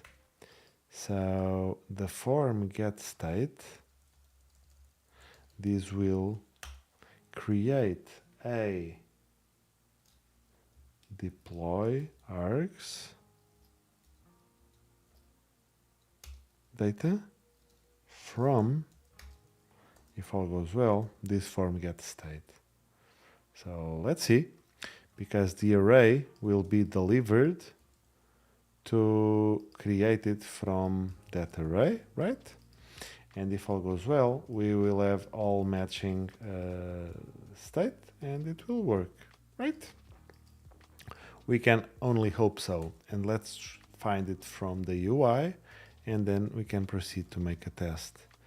Can we like fake fill this thing? We can. Fantastic. So I'm gonna go and submit, and we just have 9 parameters given. So what's missing? 1, 2, 3. 1, 2, 3, 4, 5, 6, 7, 8, 9, 10. Hoobs is saying, same boat, irmão. I have been coding at work all day. Then when I come home, I read and write research paper for MSc team. Very little sleep. Yeah. I know. That's also, I mean, you are fighting, I can see. So yeah, that's needed. We have to do it somehow. I remember I was sleeping when I was doing the master's degree. I was working during the day and doing it at the evening classes. And yeah, it wasn't easy. I was falling asleep in some classes. And sometimes classes are not easy of not falling asleep, so that doesn't help as well. Sorry. So what's going to happen now is, I need to see what the hell was delivered. So I'm just gonna go and ray the get state. Yes, but we push. We get inspired by you guys. What do you mean by you guys? By us guys. We are all of the same kind. There's not you guys and what other guys. What do you mean? No. So let's go and run the form. Fake fill it and submit. Okay. It's this name, I think. 1, 2, 3, 4, 5, 6, 7, 8, 9. Yeah. It's that name. I missed it. Yeah. I need it in non-capitals, right? Oh. This is one of those times where I always have troubles, you know? Should the variables be snake case, Pascal case, blah blah blah case? It's not that I don't care, it's just that it kills me to have everything in the best conditions. So sometimes I just wing it, but I wish there was a way that everything will be aligned, right? Because I don't know, I really don't know. Damn.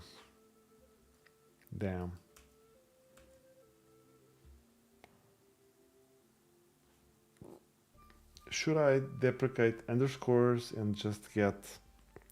But then the model attributes, blah, blah, blah, I never know what to use. It's so painful in that sense for me.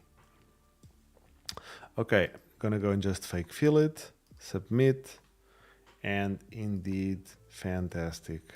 So we have our arguments data. So for me, I'm happy enough with the UI that in the sense that it will for sure deliver this payload to me.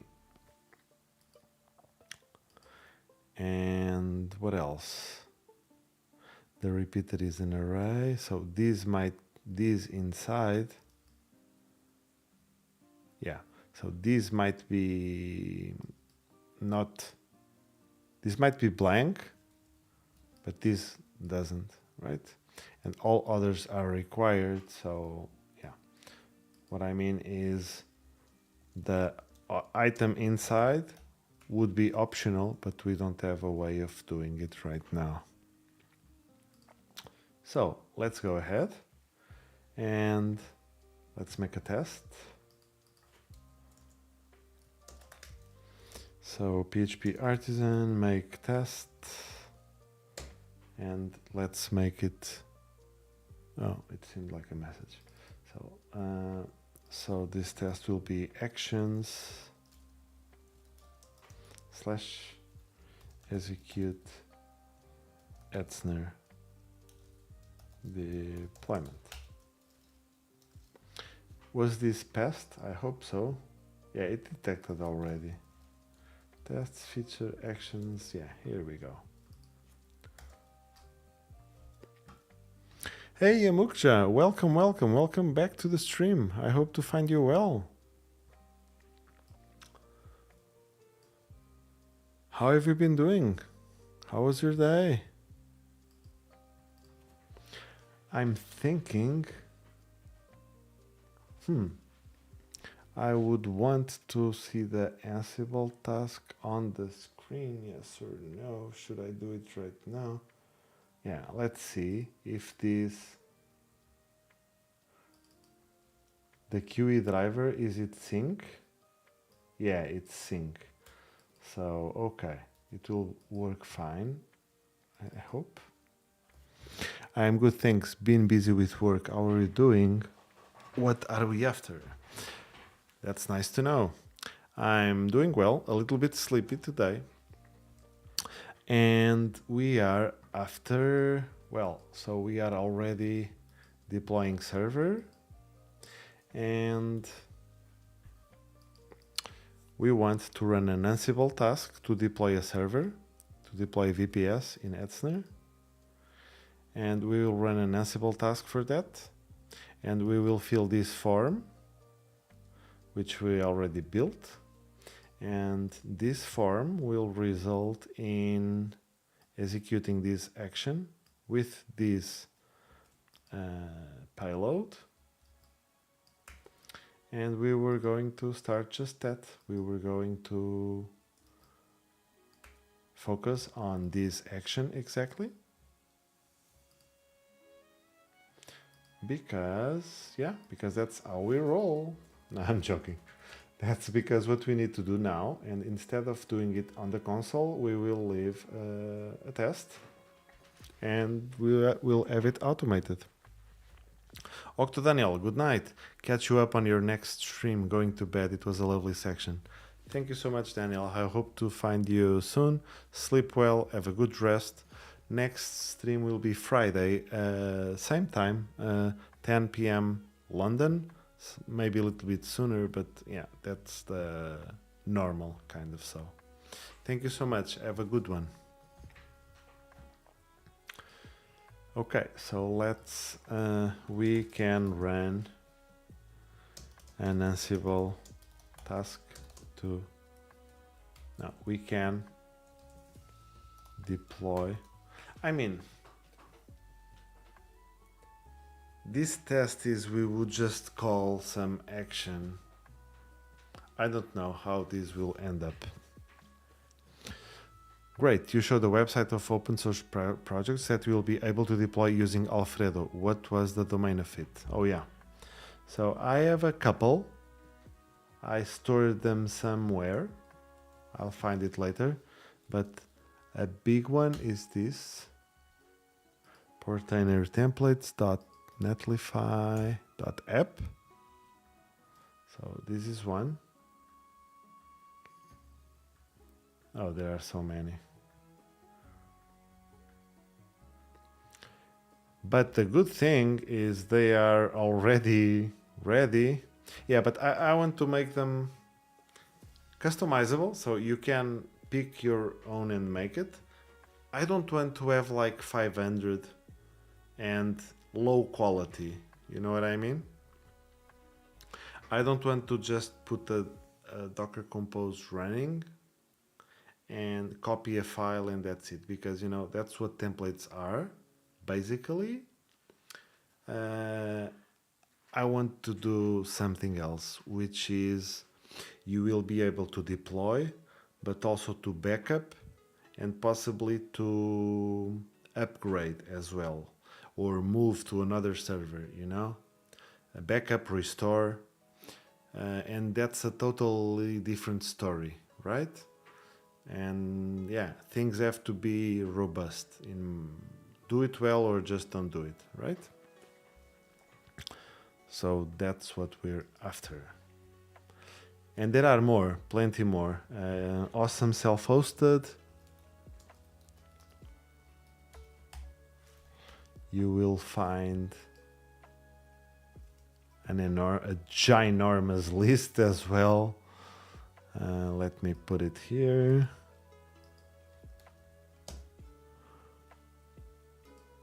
Yeah, totally agree with it, of course, and no problem.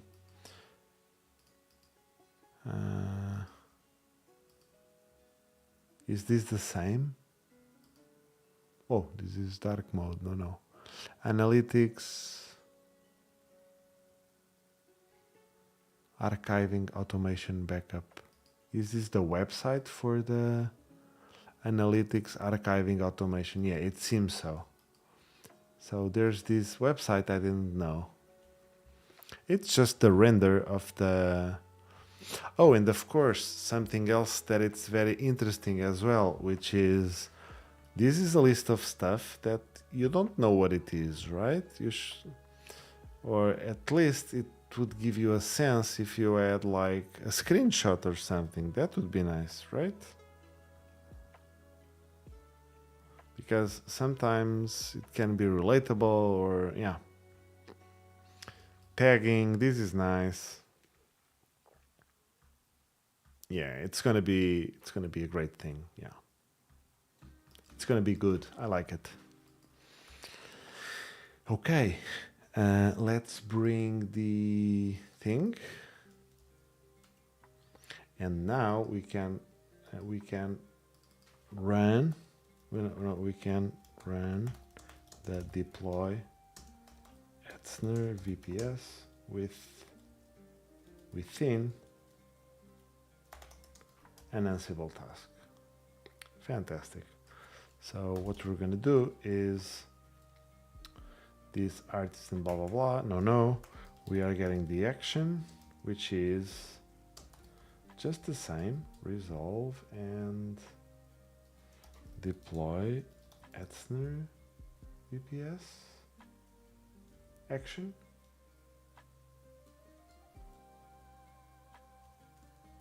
Execute.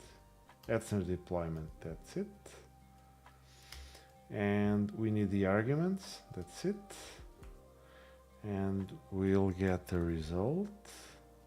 Handling the arg. So there will be stuff missing, I'm sure. So let's get the form. So name test could be server type. Oh no, it's gonna take a while. Server type's gonna be CPX11.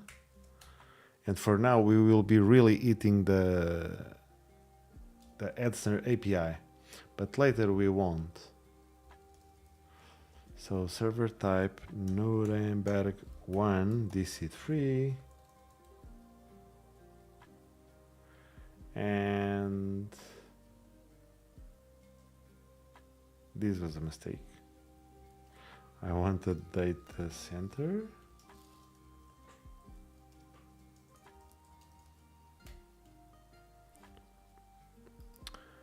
And then image Ubuntu 24.04. Oh, it's not even going to... Oh, maybe it will. I don't know. Maybe there's another one with Docker already installed, so...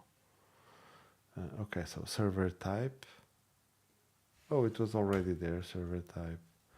SSH key, so location, blah, blah, blah. So that's the data center. Image, monitoring and backups. So monitoring and backups. True, backups might be false. Yeah. Username and user password. So this can be password as well, and user will be Alfredo. What else?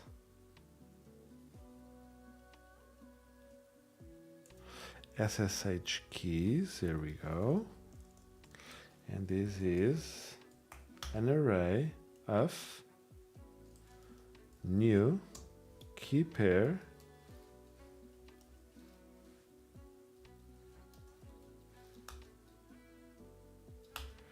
and the private key will be file get, not this file, facades. What is that?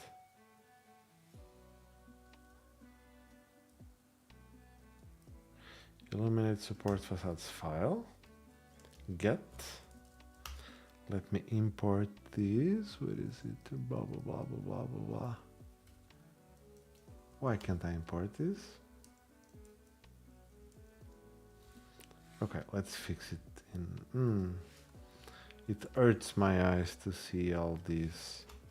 So use this one and this one. Can't we still... Ah, here it is. Whoa, no, no, no, no. Simplify FQN, okay. Okay, file get. And we have it in base path, local VM. And it was it the private key first? Which was it?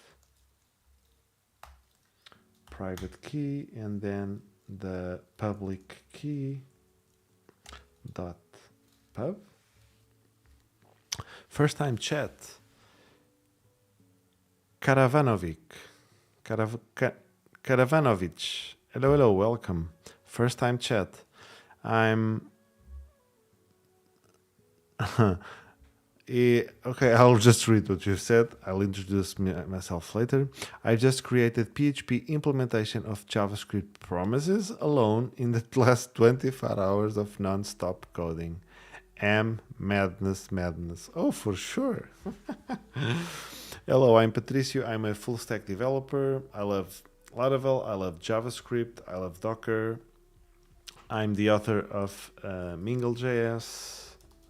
It allows you to run React and Vue in Livewire applications. And currently we are building Alfredo, which is, where is the, oh, so it got lost, okay. Which is a self-hosting assistant. We will be able to install applications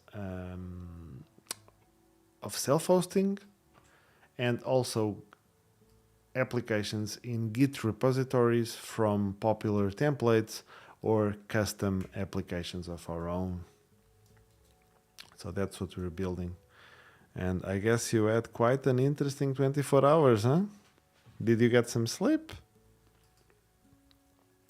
So let me check. Let's have this running at least. I'm getting so tired today. So SSH keys, new key pair, blah, blah, blah. Why is this still complaining? Change the signature. Oh no. So we should use this from. Fantastic. Required perimeter type. So let's, I love these new, not so new, but you know, the named arguments makes our life so much more easy. And now it would be the type, which would be ED 2025 blah blah blah 25519, and is it, yeah, key pair type, it's an enum, so key pair type 25 blah blah blah. So simplify, that's it, let's go. We have these SSH keys and oh, currently I'm looking for a senior developer job in Belarus. Employers just become slayers in the last 2 years. Oh, that's not so good to hear. How long does it take you from idea to production with full KA coverage, extensive docs, and all the other fun jobs as a full stack dev as? I don't know. I don't know, hoops.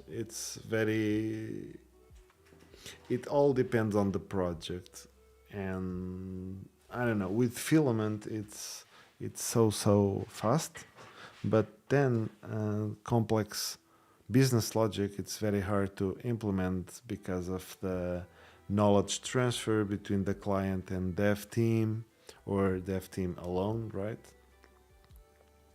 And also testing, and then requirements change over time during the development phase, and it's just crazy. I can't say how much time. So Mosiano, hello. How long is a cable? A 1 meter cable is 100 centimeters long. Hello, good evening. How are you doing? Karavanovich saying it's very hard to be required, only resellers. I didn't get it. Not sure if I got it. Hope you are doing good as well. Yes, I am. Thank you so much. I am so tired. My eyes are wanting to close, but I'm really excited by finishing the Ansible stuff. We've done plenty. We already have. You were here when we made the background processes and getting live output on the screen, right? And now we are getting a form to deploy a VPS in Etzner, because, well, we will need it for testing, because we won't have manual testing, because we already dropped multipass. I don't want to waste time with VirtualBox or Proxmox or any other, because it will just take time and I want to build it. So since we have to automate it for testing, better to already have it in the app, right? So yeah, it will delay a little bit more the Ansible thing, but we already have a form to deploy Etzner VPS. So I think that's cool.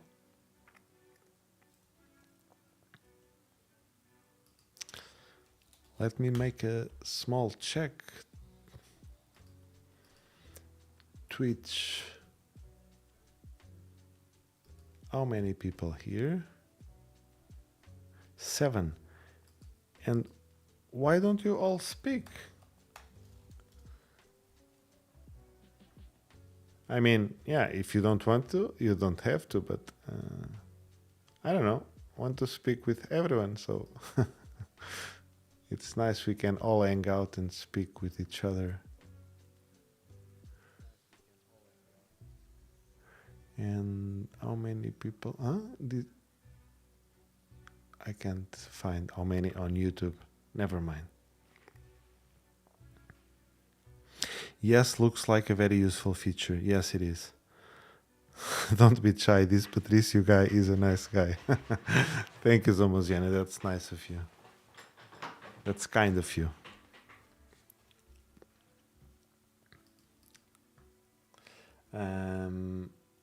Okay, let's go.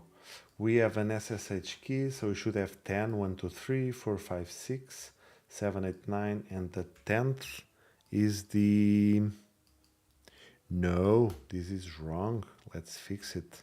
It's not SSH key name, is Etzner SSH keys. Etzner SSH keys. So those are keys which are already in Etzner, and we are adding them. Etzner will add them for us as well. Emuk is saying there were about 2,3 on YouTube. Was there before? Oh, thanks. Thanks. We are few, but we are good. We are few but good ones. That's what it all matters. Okay, so SSH keys.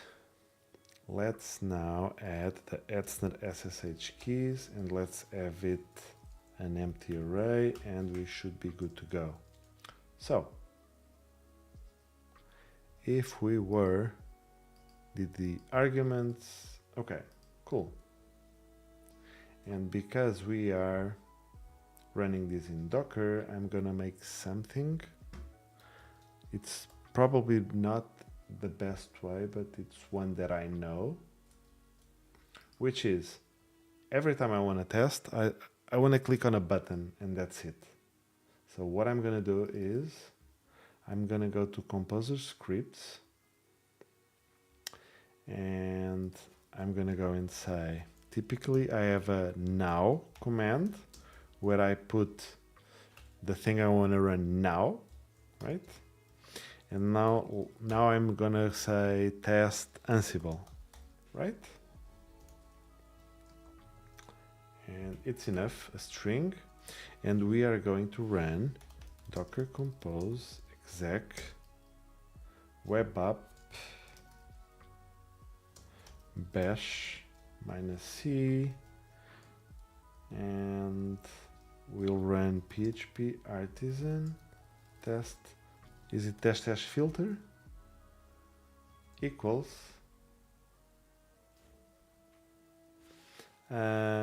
what was Ansible, right? What was on the blah blah blah.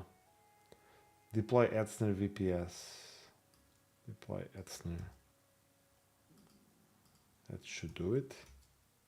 So if I were to now come and edit a configuration, I'm gonna add a new one, and I want to run a composer task. Where is it? Oh, Rector is here. Nice. Composer. Now it's already there. Found it. Apply. Okay. Why is it unnamed? Edit. Where's the name? Name unnamed. Composer now. Apply. I'm gonna run it. And that's it. I'm gonna move it to a window.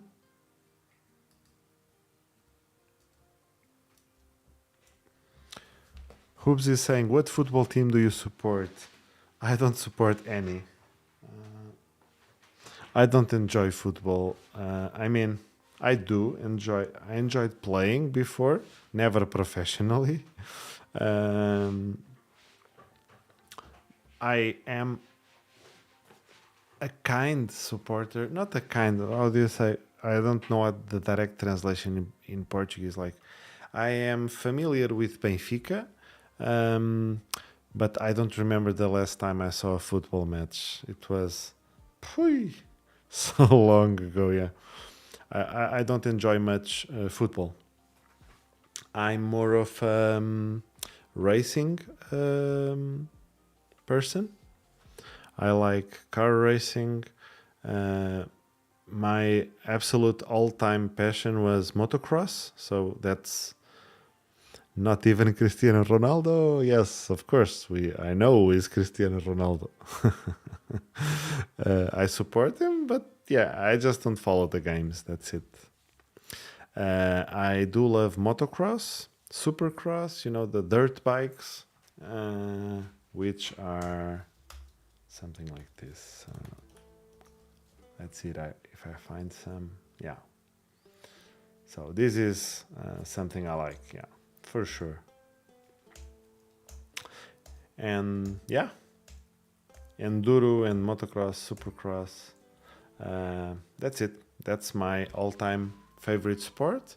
And now that I got old, things got more expensive. Do you drive these yourself as well? Yes, I do. Yeah. I still have one, but I'm very, very old, and it's just not the same. And with a kid, you don't want to hurt yourself like before. Like, you never want to hurt yourself, right? But now you are more conscious of, let's not get hurt, right? After you start working, things get more harder, and then after a child, you get even more harder. They get even more harder. So what I would like to drive someday, it's Can-Am.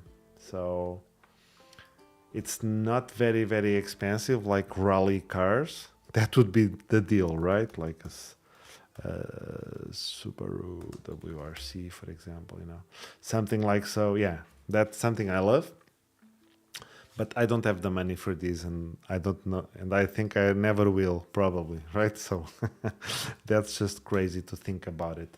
But this kind of buggy, yeah, it's a possible dream, right? So maybe someday in the future, yeah. And what do you guys like? What are your sports? I believe football, because you asked. Emux is saying this. Some quite work to set up a test execution. Caleb has a very good course on VS Code, and what you can do is Command K, Command R, and it will execute the command you created when you have clicked on the test you want to execute. Not sure it can be done with PHP Storm though. Yeah, it can be done. That's exactly what I'm trying to set up.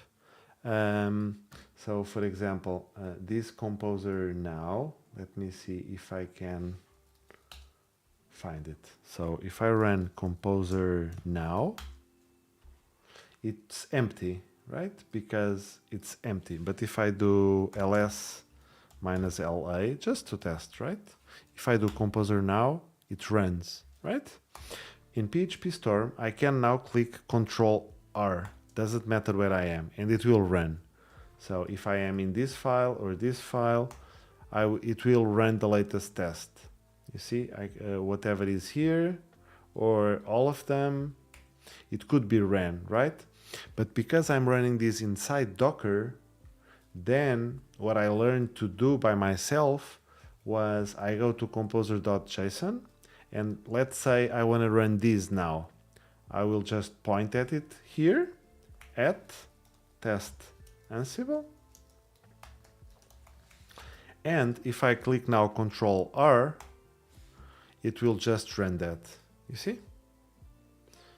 And because it's inside Docker, I just do this manual thing, but probably it's possible to come to the past configuration and tweak some stuff to run it inside the container. But I never went through it because I just managed like so, and it's not ideal, but it gets the job done, and that's what I've been doing for so long. Yes, I see you also like that car. Yes, I like that car a lot. Yeah, for sure. And snowboard, before I forgot to say I also loved snowboard, but for many years I don't do it. Yeah. Yes, I see. I'll have my first kid in a couple of months. Actually, oh, congratulations! You're expecting, right? So, wife has a belly, right? We'll see how life turns out. Well, I can promise you something. It will be for the better. It will be hard at first. I'm still also very recent. It's hard at first, but it doesn't matter. It's for the best. No one ever said the opposite. So I hope everything goes good, and yeah, that's it. It will be for the best. Emuxus, okay, but there is no placeholder for filtering automatically. So make the -- filter dynamically pick the name of the test.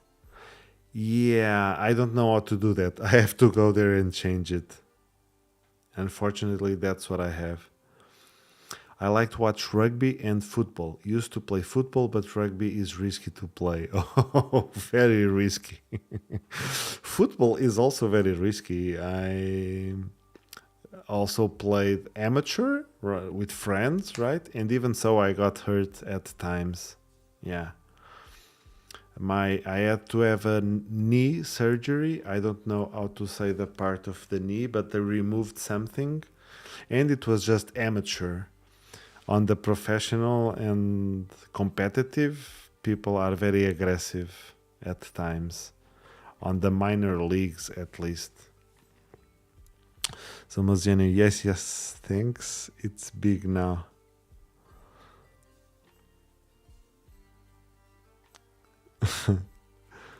But will be hard having a 9-month baby girl.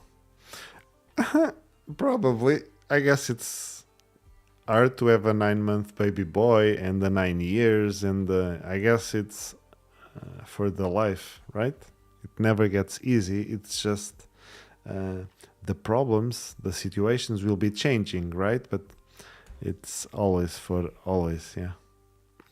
Life comes at you and we handle it the best we can. Thank you, of course. But you will go through it. Congratulations, Jomosiano. Only blessings. Yes, yes. Many blessings. Thank you, guys. For me, it will be a boy. Oh, congrats, congrats. Fantastic. Every age had its own difficulties, but way worth it. Yeah, yeah. Indeed. Test file, Etzner, not found. What do you mean? Oh, this deploy, it has... it was a filter on that file. So yeah. So if I were to control R, no tests found. Huh. What do you mean, no tests found? PHP artisan, dash help, test.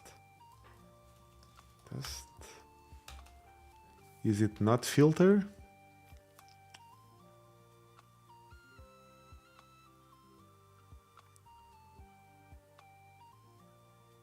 Silent, quiet.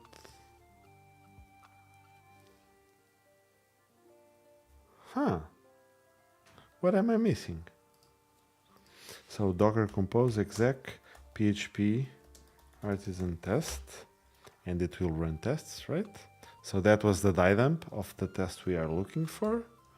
So if I just want that, minus minus filter equals Hetzner, right? It's in the file name, it's in the test case name. Hetzner, did I misspelled? Paste? Hetzner. What am I missing? Oh, sorry guys, I saw it now. The test file name doesn't end in test, so that's on me, I'm so sorry. So if I were to repeat this, no, that's the file. If I were to repeat the filter, yeah, here we go. Fantastic. So it was me, sorry.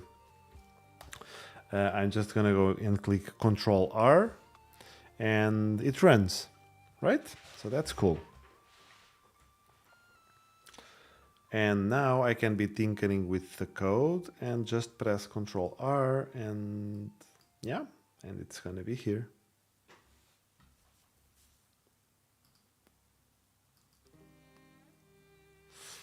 I don't have, maybe I have to find an utility to keep a window on top of the others. Or maybe I can just dock it again.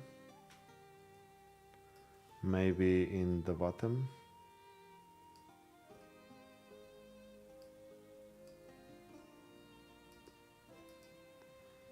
Yeah, and the terminal. Yeah, it will be there. So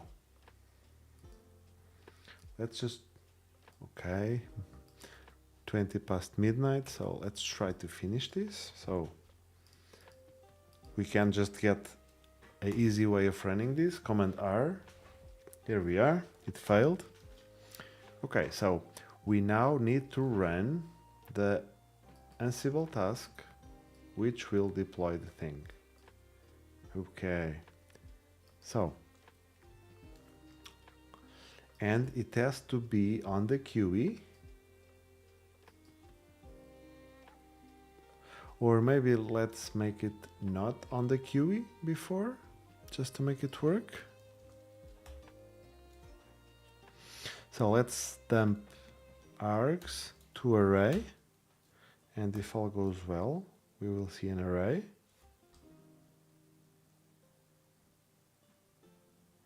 Oh, but this key pair doesn't have a toArray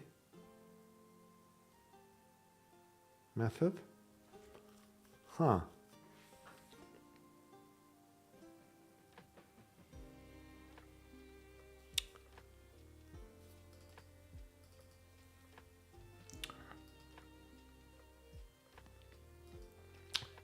So we need a toArray, right?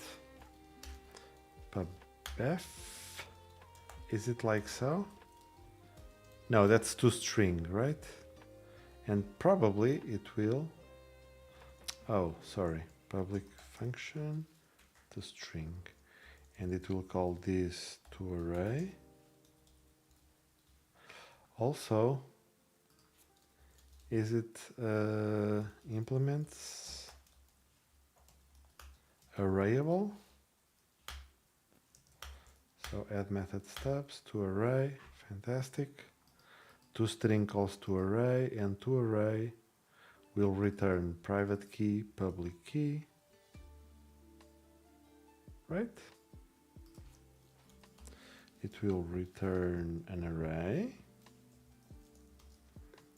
of private key, public key, and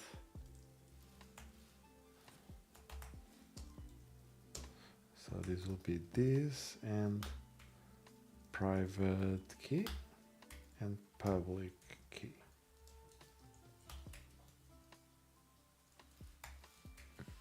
So if I were to run it again,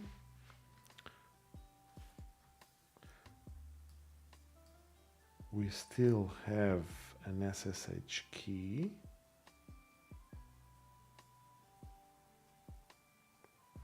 So the arguments as array, args array is going to be collect args to array, and then we're going to map it, and I'll do a complete function. So no, this is an item, and the item, I want to look at it, but it should be the 2. And which is saying, I don't think that will do it, as it doesn't extend data from Spatie. It should have extended, yeah. I'll keep it as simple DTO for now. Why is the first item? Okay, so what's here? So the first, so it's item key, it's an array. Oh, no, I don't want args array. What I want to do, sorry, is I want to collect args dash SSH keys. I want to collect this. I want to iterate each key pair. Now we have it, right? And now I want that each SSH key will return an array. That's it. And now, so probably I can make it the short function. It's going to be easier, right? Very, very simple. So function item, and this item, which is inside SSH keys, we are sure it's a key pair. We know it. So we'll return the item, or let's call it key pair. We'll return key pair to array. That's it.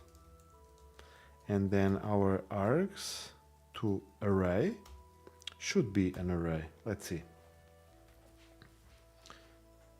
Huh? Oh, I'm die dumping here. Control R.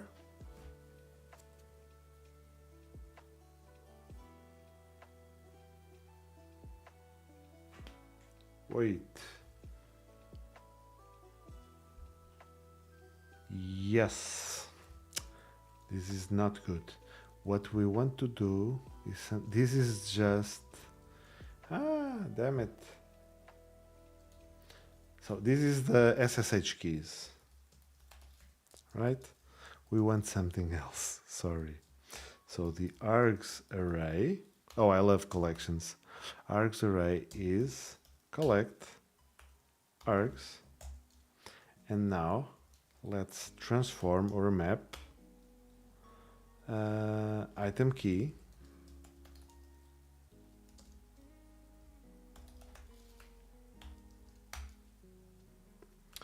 with item key, and if the key is different from SSH keys, let's just return it. We don't want anything to do with it. But if we are on the SSH keys, then we want to collect that thing, and we want to map. Oh, it just figured it out. I just want it as an arrow function, and if all goes well, we are done. So let's type dump and command R. Let's see what we have. Yeah, everything is an array now. So our scalar values, and that's it. We can now safely have JSON to deliver to Ansible as argument. I think you can also use the spread operator. No need to loop through everything. I like the spread operator. Can you guide me? What are you saying, Yamuksha? So you have the initial array map, the SSH keys, and then merge. So not sure if I got it. So test equals. You want to say something like this. You want to spread the arguments. And then we are replacing SSH keys with that one. Like so? Is that it? Invalid type of unpacked. Oh, right. We have to args to array. So that's fine. Correct. Oh, yeah. I like it. Thank you. I didn't see it. So much better. Nice. So args array. Yeah, so much cleaner. So refresh and yep, same. Fantastic. Thank you. So we now have an array. We will now call the Ansible task.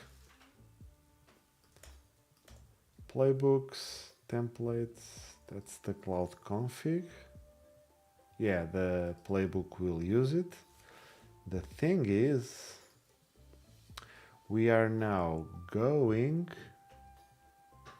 to not use vars file. So we have to do something different. So let's make a new folder.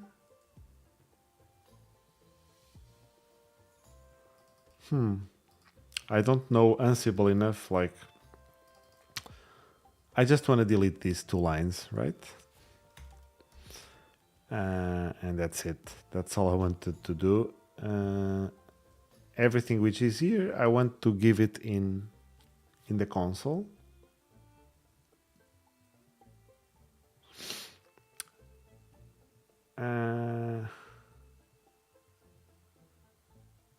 So yeah, I don't want to duplicate it. So let's just comment it and figure it out. I have no idea what's going on the right side with Ansible. Oh, sorry. So why is that? Because the playbook. Are you familiar? So I guess you're not familiar with Ansible, right?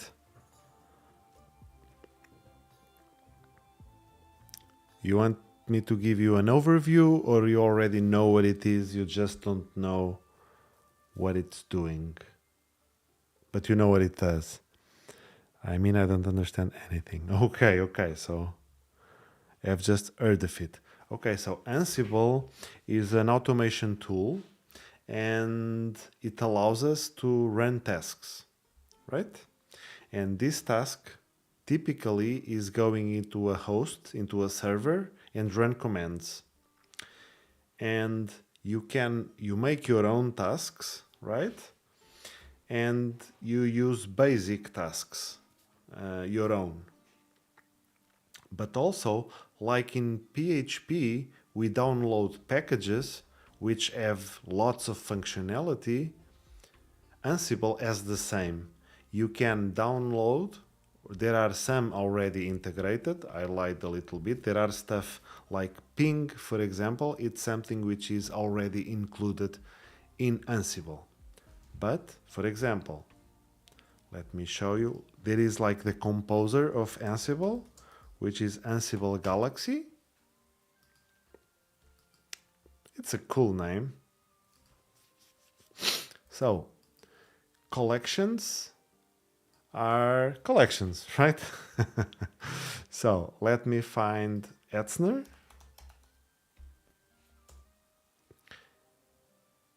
Here we go. hcloud. Etzner has a few services, right? So, hcloud, etzner.hcloud. So this is like a composer package just for Ansible, and we will be able to run things. And look, in this Etzner hcloud, which is what we are running, let's look where it is. Here, Etzner hcloud server, you see? So this is a YAML that defines the task, and it has multiple steps. First task with Ansible, generate hash for the sudo password. I'll not go into details, or I will get lost in so much explanation. We can dive deep later. First step, let's hash the password, like when we store a password in the database in Laravel, right? And then, second step, create a new server. I left the link here, so it's a different website, but it's reading the same stuff. Doesn't matter. And now, the name of this task, create a new server. Hoobs is saying similar to Docker Compose or GitHub Actions. Exactly. Just that YAML with the steps. Exactly. But then each task, I point to a module name. And this module might live in Ansible native, or I might have to install it, like Composer, we spoke. And there is these variables, which are inputs, right? And then, for example, register is the output of this task. I will create a variable which is called created VPS, meaning I can use created VPS as a variable from now on, right after this step. So, like Oops just said, just like Docker Compose or GitHub Actions. So yeah, meaning in this line, I will run hcloud server. So hcloud server. So this is what we are running. Create and manage cloud servers on Etzner Cloud. So we need those dependencies, blah, blah, blah. We have it done. So that's it. We need the token. We can choose backups, yes or no. We have to choose data center, blah, blah, blah, blah, blah. Lots of stuff, right? So this is what I was saying. This is just like a way of consuming the API. We could do it in Laravel HTTP, but because I have some tasks I want to run in Ansible to manage the VPS, to do stuff to the VPS, because there are so many things in Ansible that we can do, and in a very easy way, because we are using these packages and we don't have to do it ourselves, right? So I hope this explains a little bit, that clears things up a little bit. Maybe you don't understand 100% every line, but hopefully you have a good sense of what's going on.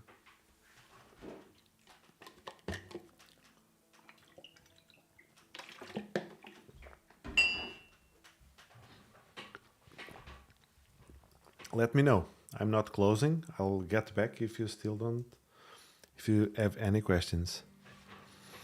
So Moziana is saying, explained very well, very nice. Thank you, Moziana. Okay, so again, Control R. And we have the die dump. So we are ready, so to speak, to run that thing. I know I didn't ask, but had the same experience as Emukja. Oh, okay. I know I didn't ask. You know or you didn't ask? Or you know that you didn't ask? Sorry. Oh, heard about it but didn't know it very well. Nice, nice. Explore it because it's fantastic. If you are doing things with VPSs, right? Or we will use it in Alfredo very, very soon. I see, thank you for the explanation. No problem, Emuksha, anytime. Hey, that's why I come live. It's so that we can speak with each other. So anytime you have questions, hit me up.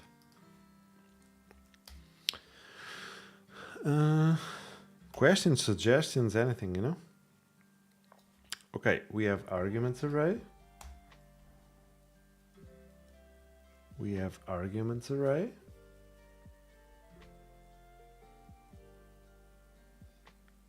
And we want to run that playbook. Okay, let me find there is an action already which executes the server task.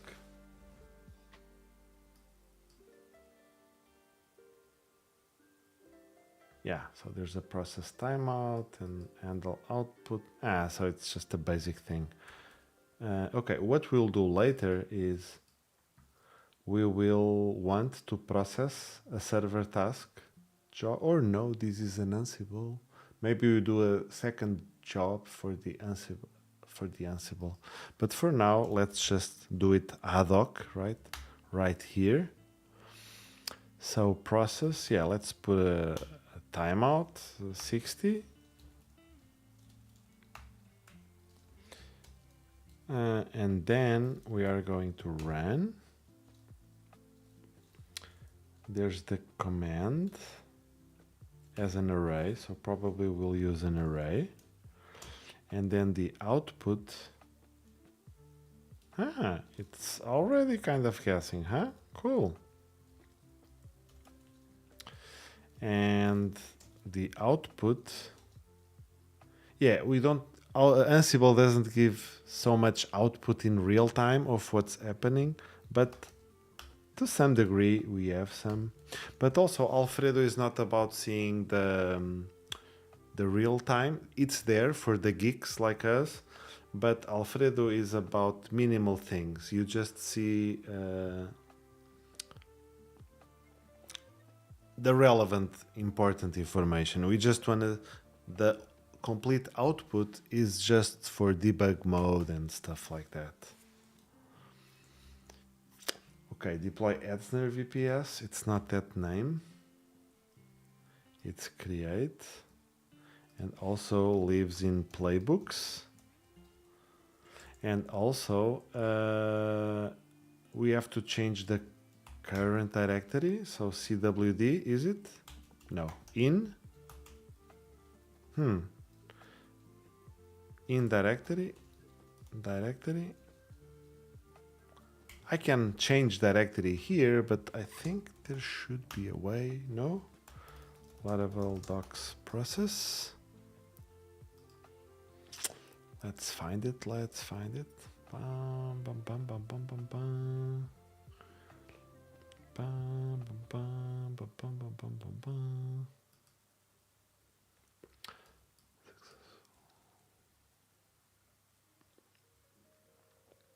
Path. Oh, damn it. Path. And we are gonna run it in base path /Ansible. That's it. So in the folder Ansible, that's our root, where we will put Ansible related stuff. And in the path Ansible, we will run Ansible playbook.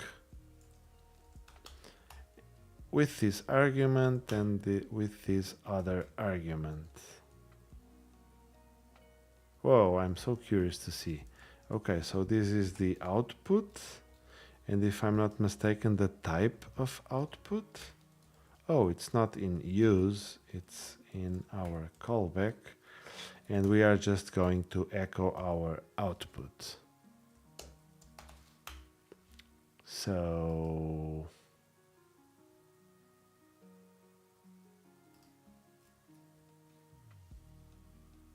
yeah, no type and output second.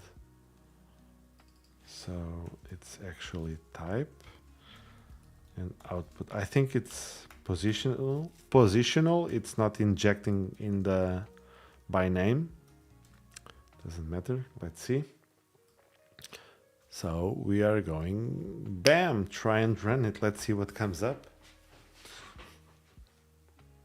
Huh, not good.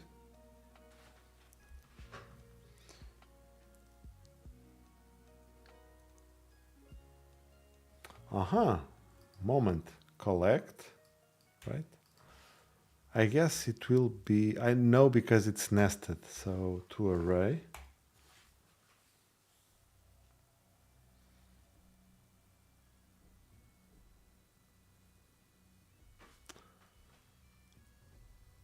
So we don't see it. We want to see the result.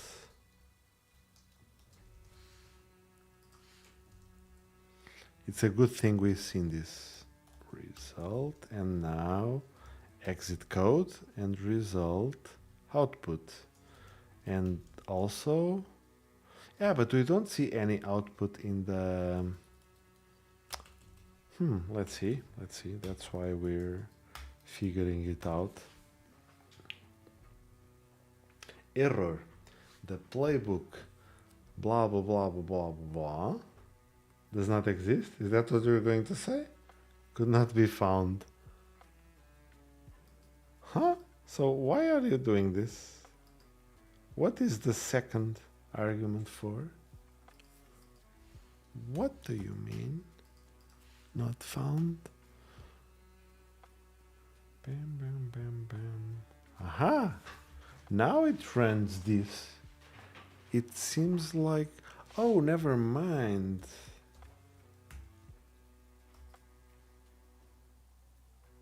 Right? First is the... Yeah. No inventory was parsed, only implicit. Failed. The output has been hidden due to the fact that no log true was specified for this result. Okay, let's check what that is.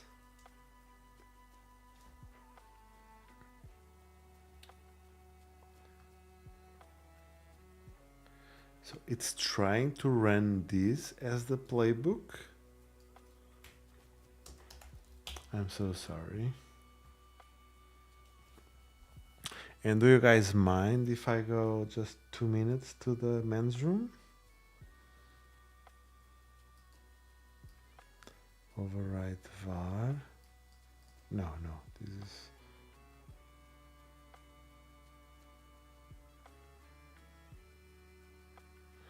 Ansible playbook. Do what you need. Yeah, thank you.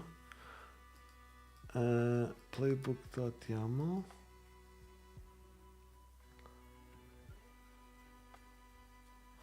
I don't get it. Minus extra vars.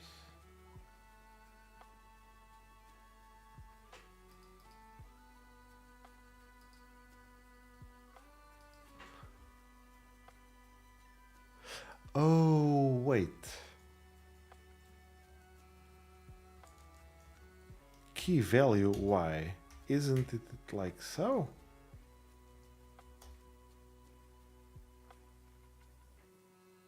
Failed. Okay, 1, but failed 1. Okay, so that was it. That key value. AI doesn't help us all the time, you know? Okay, so I'll be back in 20 seconds, maybe a little bit more. Does it have to do encoding with JSON? Yes, it had to do with that because, yeah, you saw it already, right? it was key value, so only the value was being used, so it wasn't finding the option. I guess it's not about the encoding. I guess that should work, but we'll see in a second. So I'll be just right back.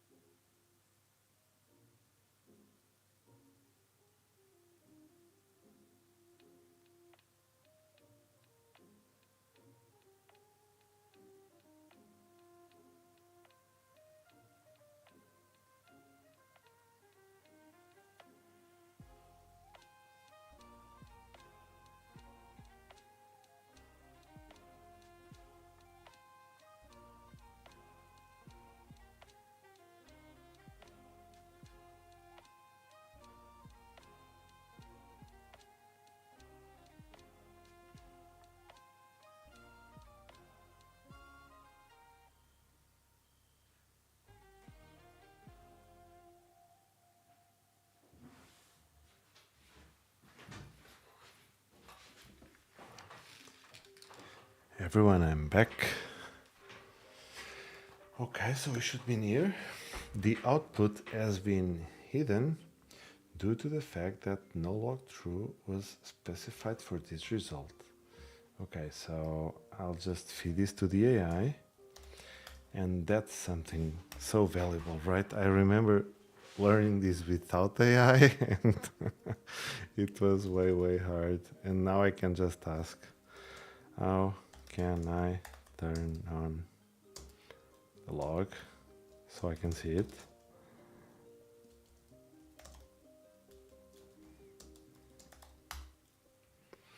But I do recommend a book from Jason Geerling, and I bought it, but after read that some licensing thing, after it happened, he started putting it for free. Oh, now it's paid again, probably. Yeah, it's $9. It's 10. But I would say it's totally worth it. And yeah, if you want to learn Ansible, of course you have AI, you have lots of YouTubes, lots of things, but I can totally vouch for Jeff Geerling and this book. So yeah, there's just a recommendation. Okay, so no log, false. Oh, I explicitly did something? Of course I did. Because there's a password involved, so maybe that's the step that fails. But then after we find the bug, we can turn it back on. Okay. The task includes an option with an undefined variable. Ah.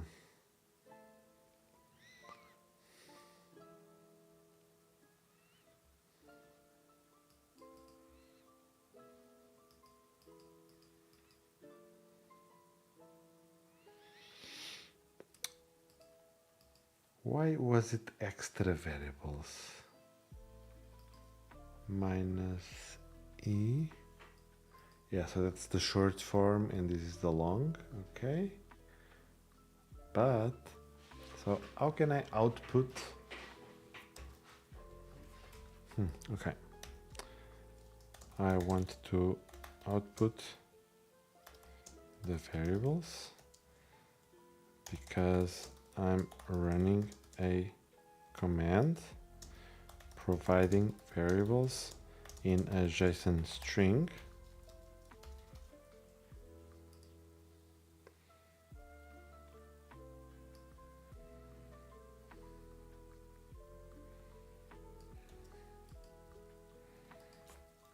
This is the playbook.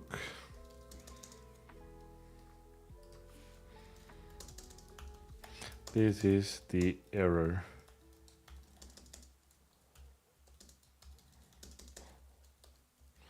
Okay, let's see. No problem. I hope you enjoy the book, Samuziano. The error occurs because user password variable is not defined. You need to provide.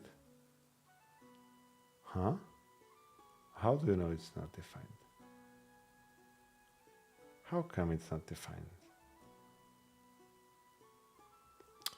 Let's output the thing as well. Args array. So we can see it.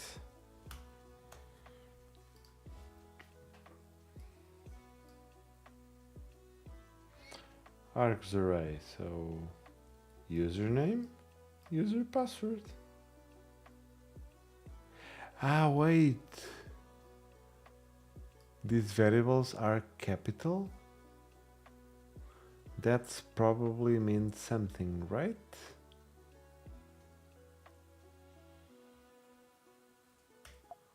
Oh no.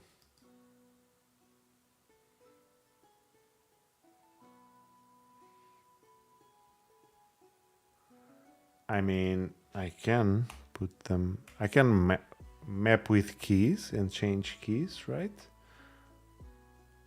But let us debug if it's that. So let's have user password. Let's have user password capital to be the args user password. Because the DTO has, yeah, but I guess we can make those in PHP and, aha, it worked. You see?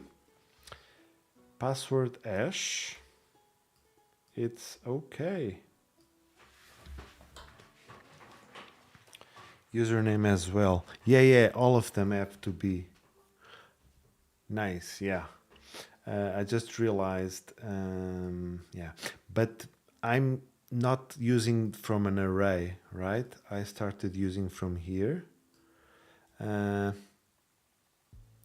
I don't know if I'm gonna love to have capital, to have capital variable names here,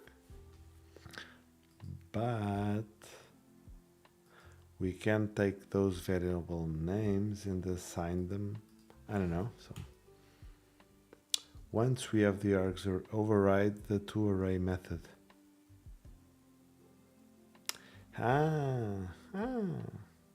Yeah, could be. And this would, I can also do it in place here, but also, yeah, not sure what toArray. So what are they doing? Concerns, this transform, OMG.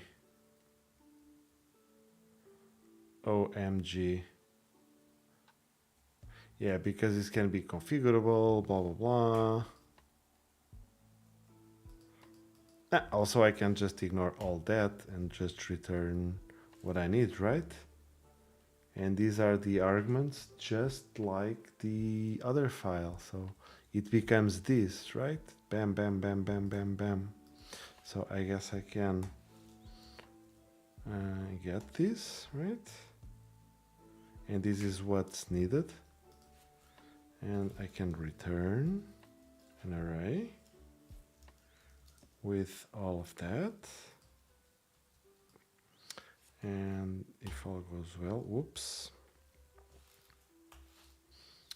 If all goes well,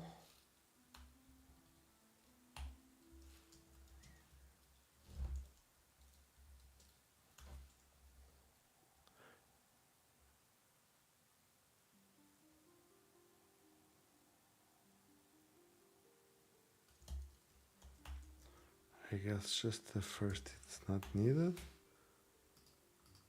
Authorized SSH keys. Okay. SSH keys. Or have it as your own method to Ansible array. Yeah, exactly. It's what the variables are needed in that. Yeah, probably we will make it something like so. Because somewhere we might define what's needed, right?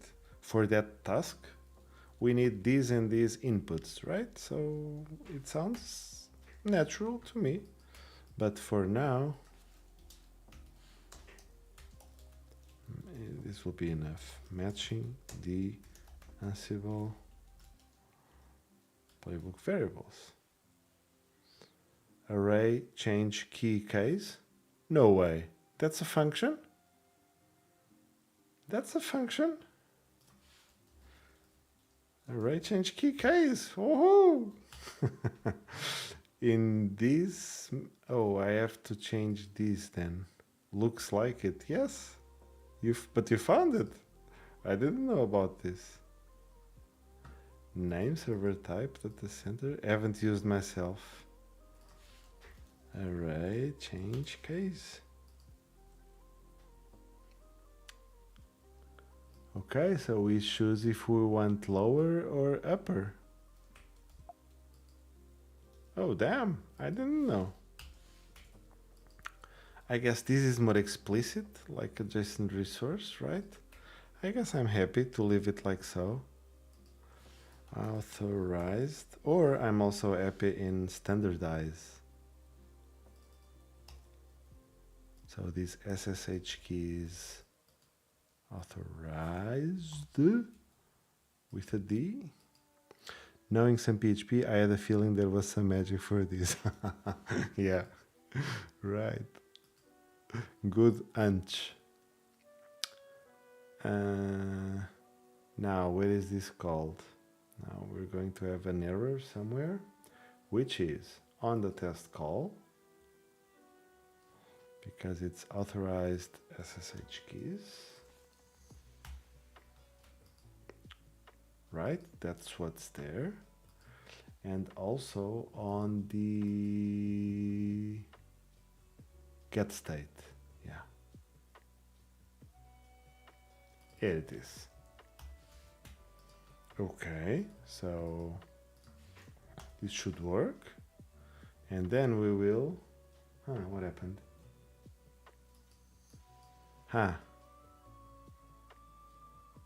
And an existing property. Yes, that's right, that's right. On the deployment, yeah, it's authorized and authorized.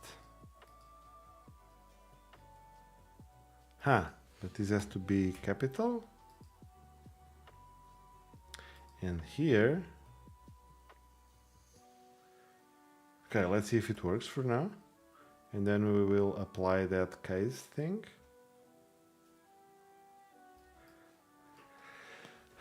We still need the Etzner API token. But it seems all the rest was found, I think. Of course, we need the token. So I will get it from an environment variable for now, but we also have to put it from... We also have to put it on the UI for us to save on database, encrypted and so on. We have to have a credentials bank or database.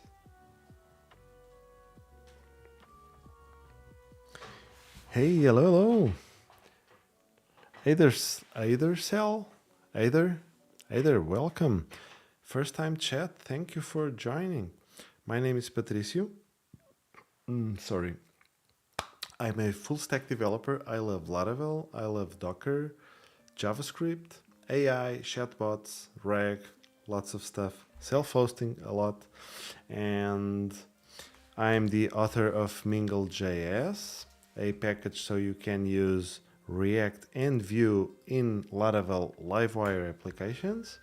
And today we are building Alfredo, which is a self-hosting assistant. We'll be able to install applications like NA10, Directus, Uptime Kuma, Umami Analytics, and so on, as well as popular templates from Git applications like VitPress, Next, and more, and also custom Git applications of our own. We will have our customizable way of doing that. I hope you enjoy your stay. Bro, is it really required to get a higher degree than BTech to get a job? I don't know what's BTech, but I know it's not needed a degree to get a job. That's it. That's it. It's answered.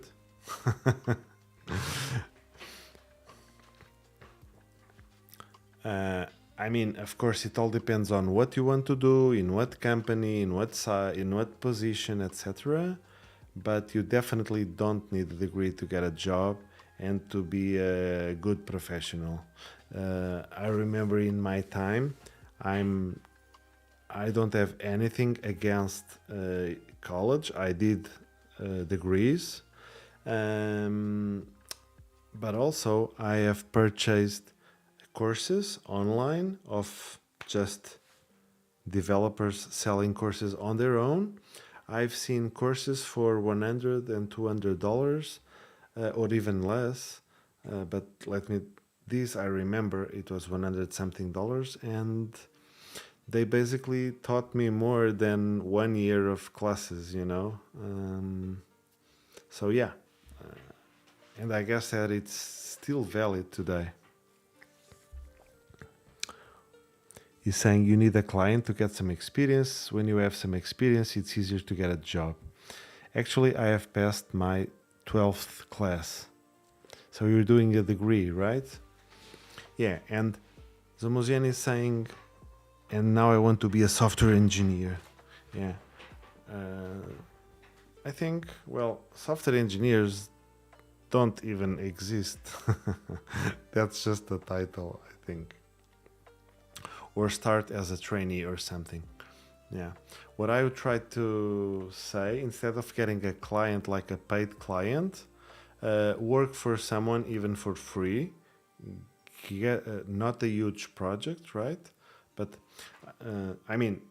learn a stack, something that you enjoy doing. Do some hobby projects, some showcases, have a GitHub profile, start putting them as a portfolio, and then find someone on your network, your uncle, your cousin, your friend's dad, they have a business, they have a shop, they have something. Start something, do something small, and then keep iterating until someone come and asks you to do for them, and then you ask for money, and then you ask small money, and then when someone else comes you ask for more money while you are busy, and then you keep iterating. But this, you are becoming entrepreneur, right? You are not like getting a job actually, but with this experience then you qualify for a job.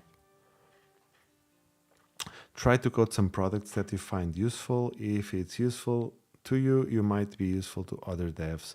People pay for usefulness. Yes, that's value. Yeah. I'm thinking about Google. So you are either joking with me, or I don't know. If you are thinking about Google, you probably need a degree, right? Bachelor in technology is also a degree. Yeah.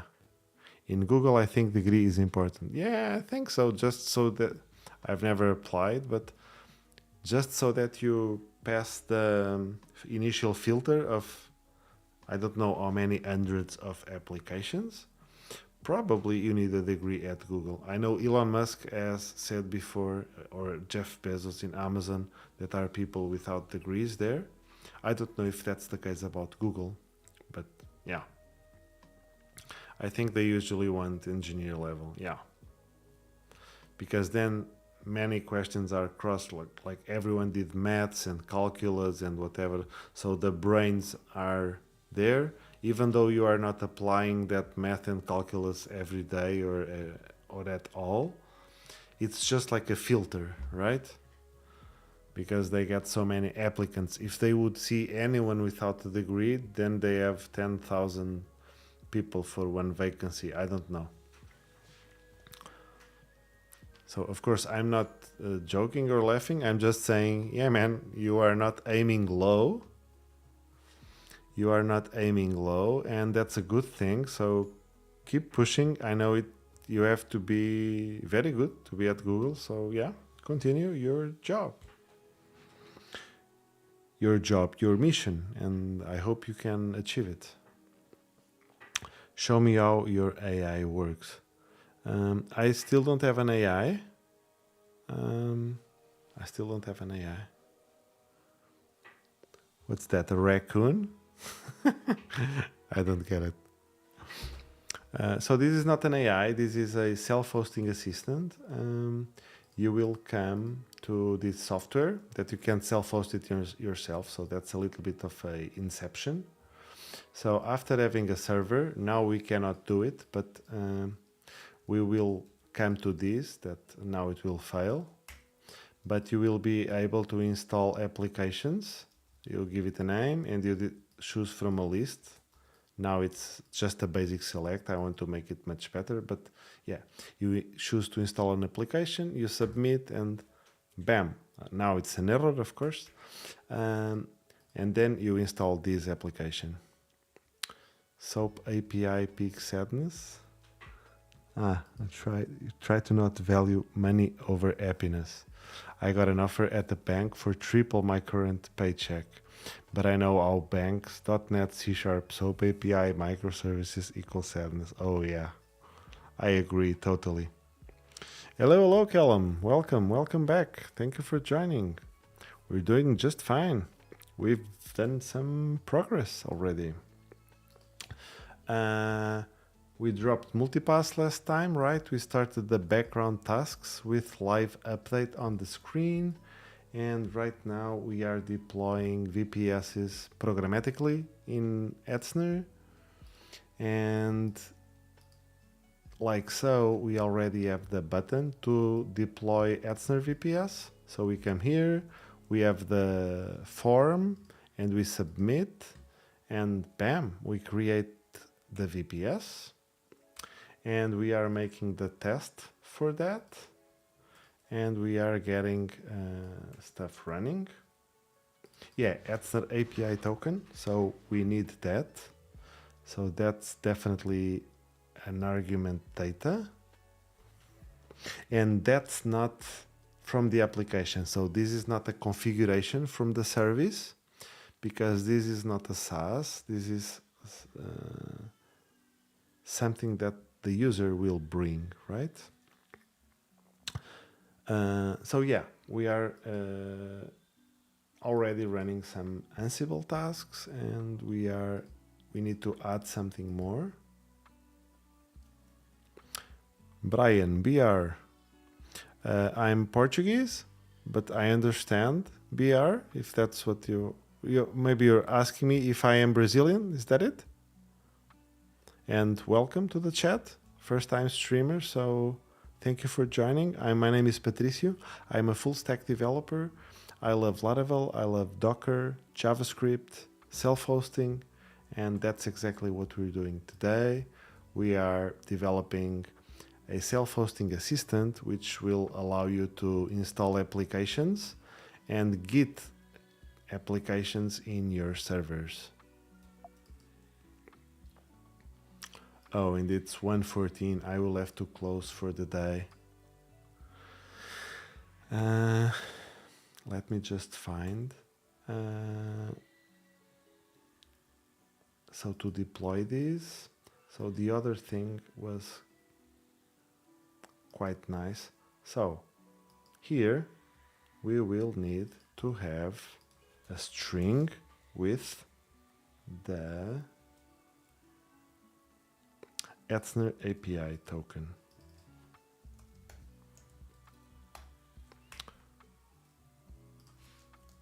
So we need to update PHP doc, and also here we'll have that this API token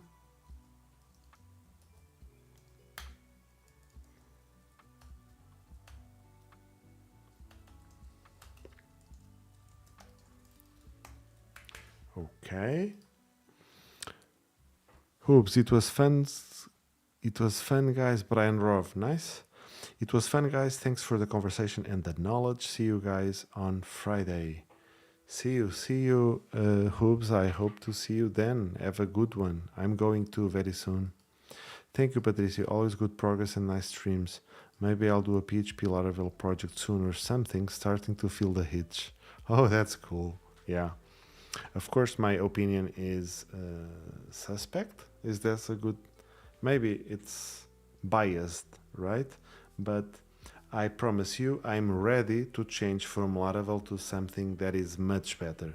I just still haven't found it. So, I mean, as a to-do, as a go-to first-party web backend framework, full stack, batteries included, and biased can work. Yeah, maybe, yes. But of course, if for the right, it's not the right tool for every project. Yeah. I'm mainly React and Next now, and generally front end. Yeah, so you can even keep your React Next on the front end and having Laravel as a backend. Or you can just go, you can still keep React and have something in Laravel which is called inertia, which makes the glue between React and Laravel. And yeah. So if you are interested in starting backend, I would totally recommend Laravel, no doubts. Even if you are JavaScript from 20 years ago, yeah. Yes, but if I go with Laravel, I'll probably pick up Vue again. That's even better. It's even better. That's my favorite one. With Options API, I think I've told you before. For me, that's better. So you should even pick Livewire if you are making something new, right? Use the same stack like in Alfredo. Maybe not Filament for a start. Yes, I'm not fully convinced about the Options API. Yeah, it's not for everyone. I'm glad there is Composition API as well, so you can use that as well. What did I wanted to say? I would suggest even using Livewire and Vue at the same time. So you can use Livewire, and when something is highly complex and you need lots of JavaScript, then in the middle of Livewire, you put a Vue component. Right. Whoops. Where is Chrome? So I guess you heard it 10,000 times now, right? I built this library. So what you can do is these gray areas, they can be Livewire, but the green area can be React or Vue. So this is the awesome thing. Livewire and Vue is for me. Emux is saying, I also use Inertia with Vue 3 with work. However, I think React has a much better ecosystem and I am switching for personal projects. So is it Vue instance or Vue component? It's a Vue instance, so you can have 20 components in that instance.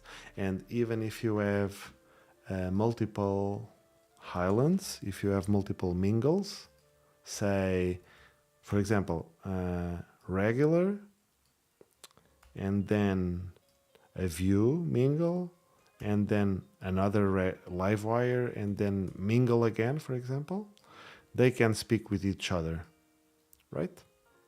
Via events or store. So yeah, there's nothing you can't do on here. Regarding the React versus Vue, there is no doubt React as a bigger ecosystem. I do React. Mingle.js allows to use React exactly, but unless there's a very strong reason to use React, and just a bigger ecosystem doesn't count for me. It has to be there a solution which I cannot find in Vue. That has to be much better, right? Because writing Vue, it's much simpler, in my opinion. It's less low level. And for the applications that I typically do, Livewire and Vue are just enough. I understand in big teams, big projects, TypeScript and JSX and React might be a better fit. Also some UI libraries that are more to choose. Yeah, but for the kind of applications that I do, I just don't need it. Don't see it. Yeah, I don't need to learn a totally different thing, which I'm not expert in React, but I can manage. So for some small components so one of those was block node. It was the biggest component I've worked ever with React, which is tip-tap based. And you make it's even open source. So Rubber Duck, it was an AI assistant I've built. It's open source, but I dropped it because then Cloud Code came on. So prompt editor, yeah, there is some logic here to make like mentions and mention files and rules and scopes. So it's a text editor that would go to server side, find files, lists, mentions, blah, blah, blah. So I can't say it was an awful experience, but also it's a mingle. It's just one component, right? A full application, it just doesn't click for me. The way of state management, how they do stores, etc. Yeah. So Zomozian is saying, I do React at work, so always nice with small change. Yeah, so don't try on a big project. Try on something hobby that you can just throw away if you don't like it, and that's a way to start. But what's the difference with using Livewire than just Laravel Blade templates with Vue? Don't fully grasp the win there. And Muksha also enjoys the simplicity of Vue, yeah. But I should also note, Somoziano adds, I don't know the ins and outs of Laravel. Yeah, Somoziano is saying, yes, of course, done some Vue before as well, just miss it somewhat.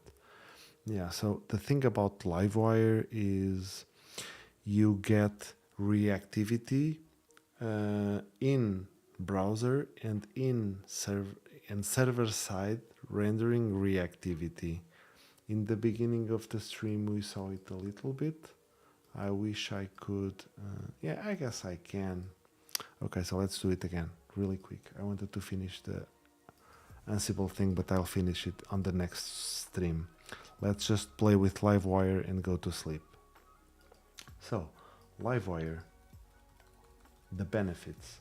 So if I go to find the form, it's in a component, Livewire, deploy Etzner VPS. Sorry, no need to get you on sidetracks. Oh no, it's not a sidetrack. If I wanted to be without sidetracks, I would not come to live streams. I would just code alone, right? I would not come to the live stream. I would do it offline. Don't worry. Emuksha, okay guys, I have to leave. Have a good night from me. See you on Friday. Thank you, Emuksha. See you on Friday. Good night as well. Have a good rest. And we'll speak soon. I'll just show a little bit of Livewire to Zomoziano and then we also go. So the deploy Etzner VPS form, it's this component. Okay, so now it's a complex component because of all this. So maybe I should make a new one. I'll make a new one. But so one advantage is, of course, it's also filament, right? But I've done all this form just in a second. I don't know if you were here already. That form, it's just these classes. And these classes, and making it like so, it's possible because of Livewire, also Blade components, but Livewire has a big role in this. No, I came pretty late today. Okay, so we'll make more Livewire forms with filament for sure. This will take some time to explain all, so let's do just a small thing in Livewire. So I'm gonna go and make okay, let's go inside the container. Artisan make artisan make Livewire. Oh, I didn't put the component name, so let's do a counter, okay? Just a counter or a to-do list, or I don't know. Sorry, the lack of originality, but yeah. Inline component, no. I want to have test file, no. Okay. So in Livewire, there are multiple ways of making Livewire components. Even it can be in single file, it can be API class, it can be functional API, class API, or never mind, I don't want to overwhelm you. Let's use the way I typically use, which is the first one, and it clicks for me, which is class and view. Okay?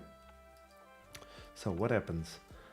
We have a class called to-do list, and then we have a view called to-do list. Simple, right? So let's go into our page of the deploy page.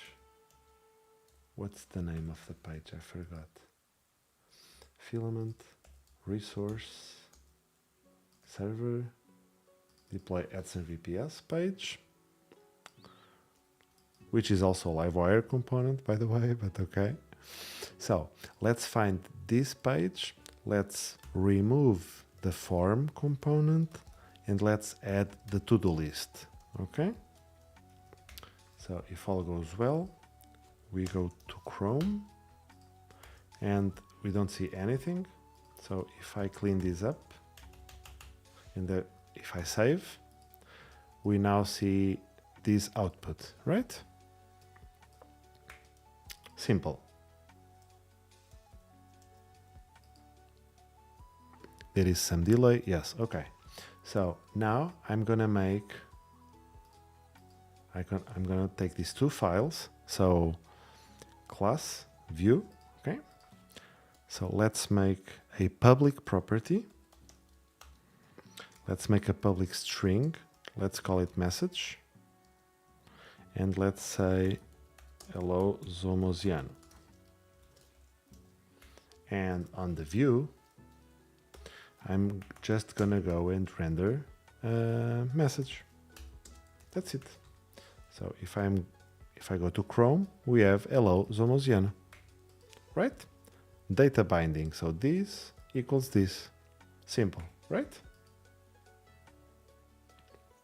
Okay, let's do something else. Now let's add a button. And this button fully with you. Fantastic. So now let's make a change. So change message. Okay. So on the, oh, and by the way, we can even delete this and it still works because it's a convention. But maybe for advanced use cases, maybe we want to run some code here. So it's nice to have it, but that's advanced use cases. Just by the way, wanted to say. Alfredo.pt is your site? No, Brian, it's getalfredo.com. Getalfredo.com. It's this one. The repo is open source. We are still moving fast on the streams, but very, very soon we can have contributions if you are willing to. Even now they are possible, of course, but it's hard to just jump right in, I think. Okay, so we want a button to change the message. Let's back here. Yeah, okay.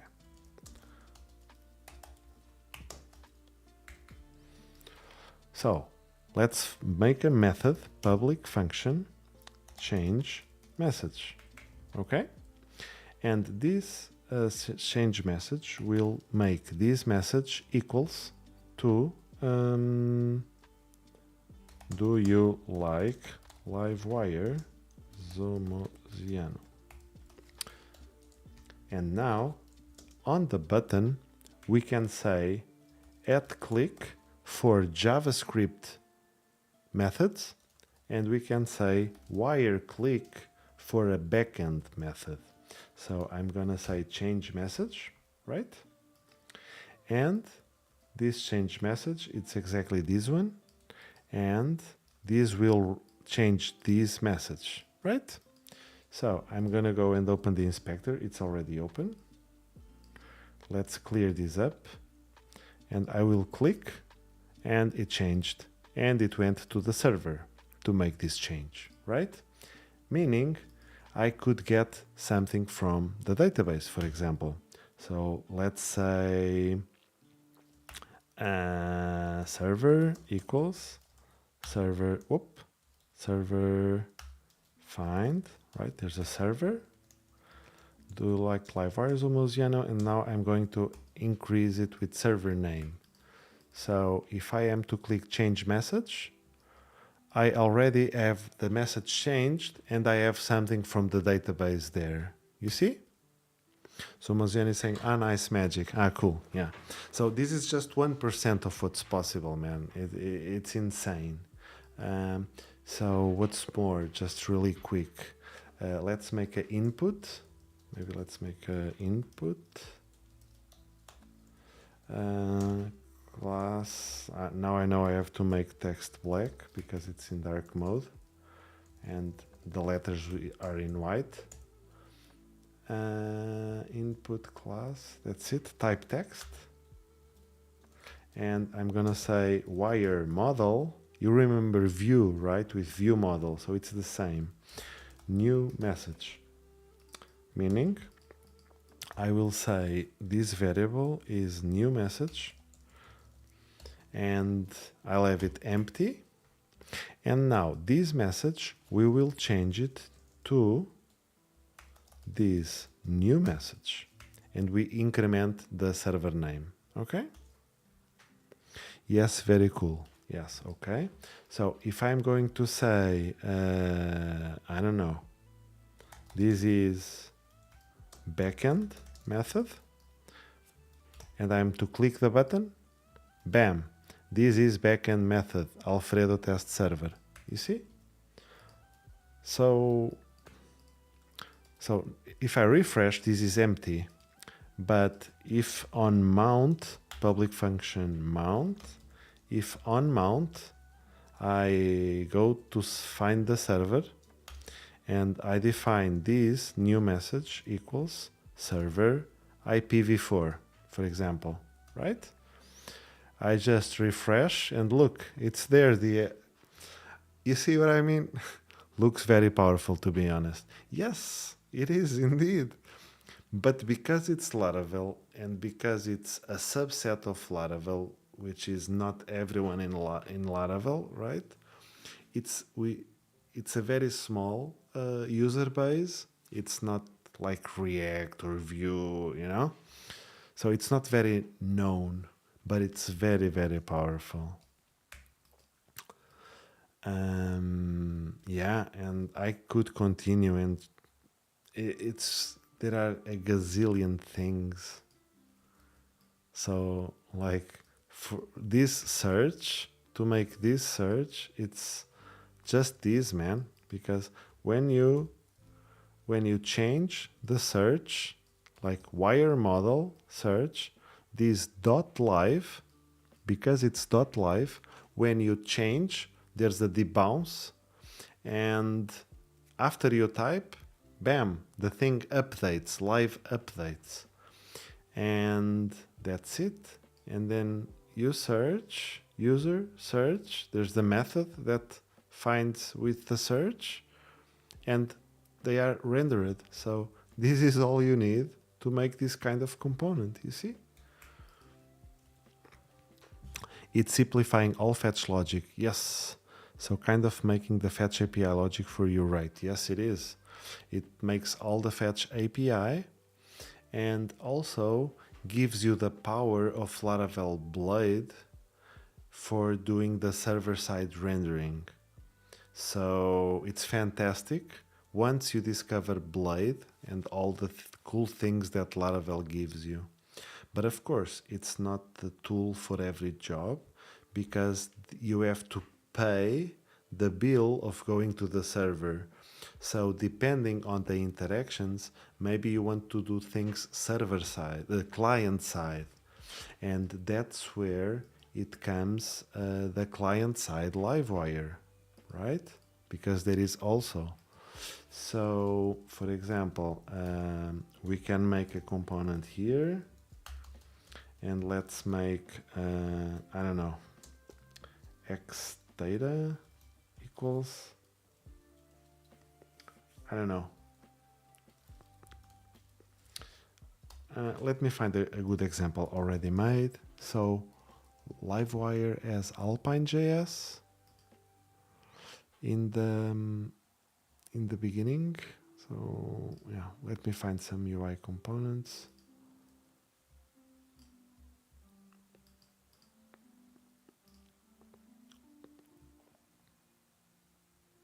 So let's make tabs, should be easy. Yeah. Whoa, this is complex tabs, never mind. I wanted something more simple. Something really simple, like, okay, for example, a button to count. Yeah, you know, that kind of size, that's something where I would go to view probably.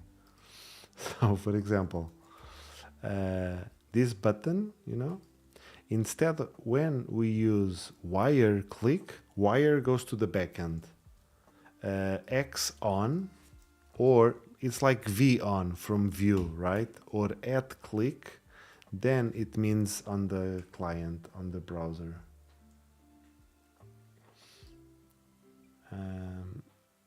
Yeah. So what's happening here? It's malformed. The divs, blah, blah, blah. Okay. So if I am to come here, I don't see the, oh yeah, increment this button, right? I can make it a filament button to be in. So if I click increment, you see, they increment locally. There's no backend communication. But if it would be wire click increment and I do it in PHP, then you have to pay the Ajax timing. So that would not be beneficial when you want to change a tab or when you want to hide something. So yeah, there's that. And in 5 minutes, it's what I can show, I guess. But I can promise you there are brutal stuff. Yeah, if you just check documentation, and I don't know. Yeah, I would play with this and combine it with Vue when you have to make. For me, that's what I like. Yeah, but I'm very biased, by the way. But already I feel like I have a good understanding of what it is. Yeah, at least, yeah, it was a good. It was a good 5 minutes. We saw a couple of things, yeah. And then look how I will delete this for now, but you know, so this is the tool which is called Livewire, right? And then there is this framework on top of Livewire, which is called Filament. And because of Filament, maybe when I'm ready, I'll get Alfredo deployed to Etzner and play around with Livewire view. Yeah, sure. I will delete this to-do list. And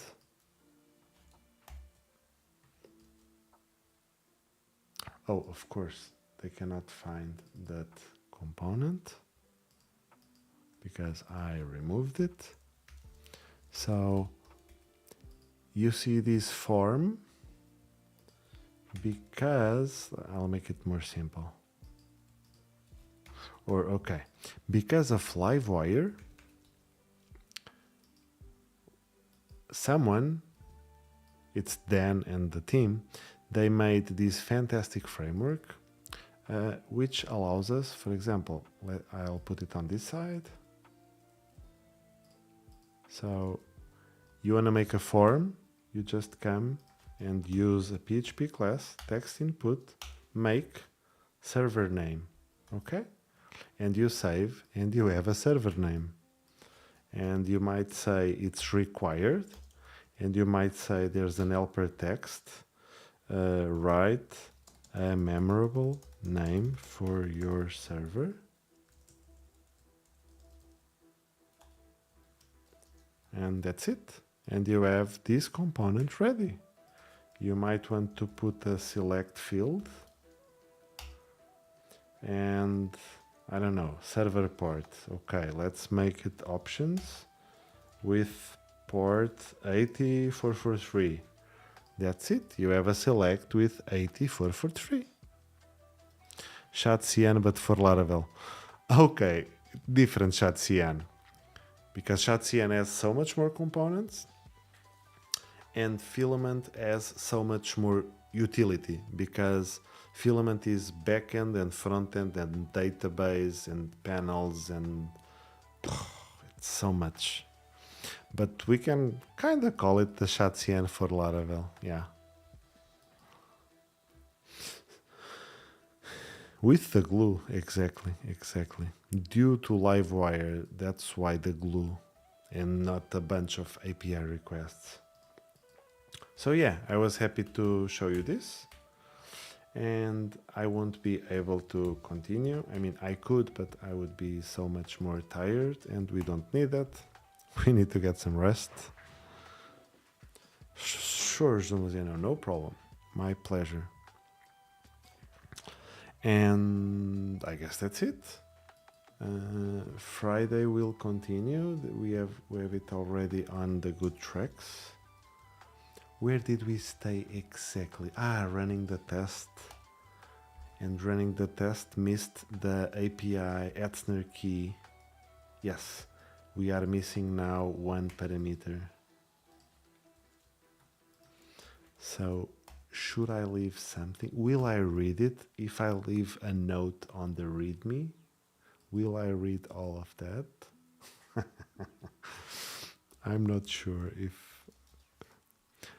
Do you not have a sub button on Twitch? No, I still didn't configure. Yeah. To do. Yes, exactly. That's what I wanted to do. But if you come on time and you remind me, maybe I will do it. But yeah. I don't know.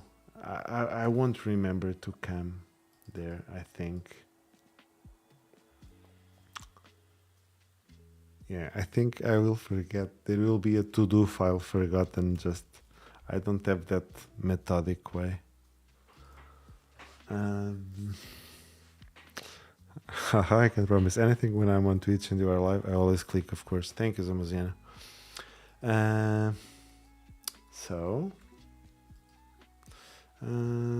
Yeah, if it's maybe I will.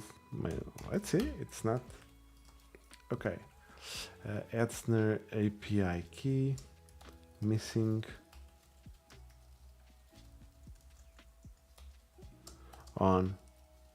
in the Ansible action arguments.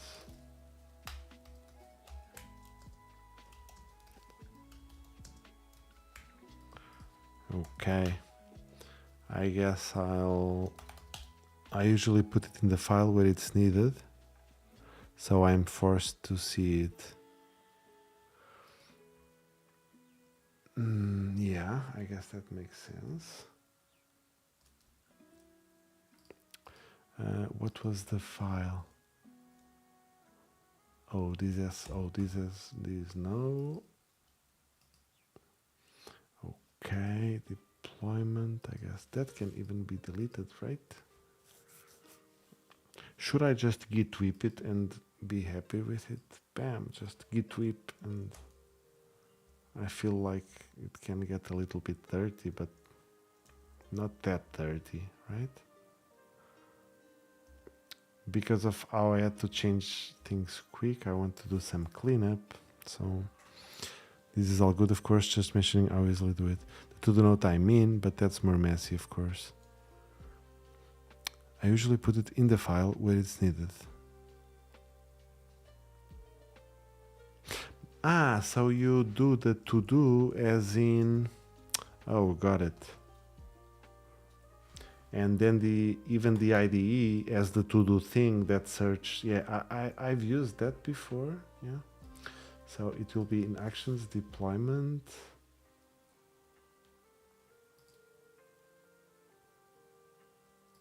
Yeah, so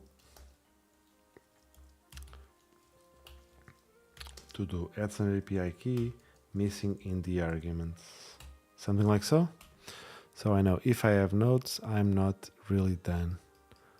Yeah, I think I just don't have the brain memory to come to a project and find the to-do list, which PHP Storm has.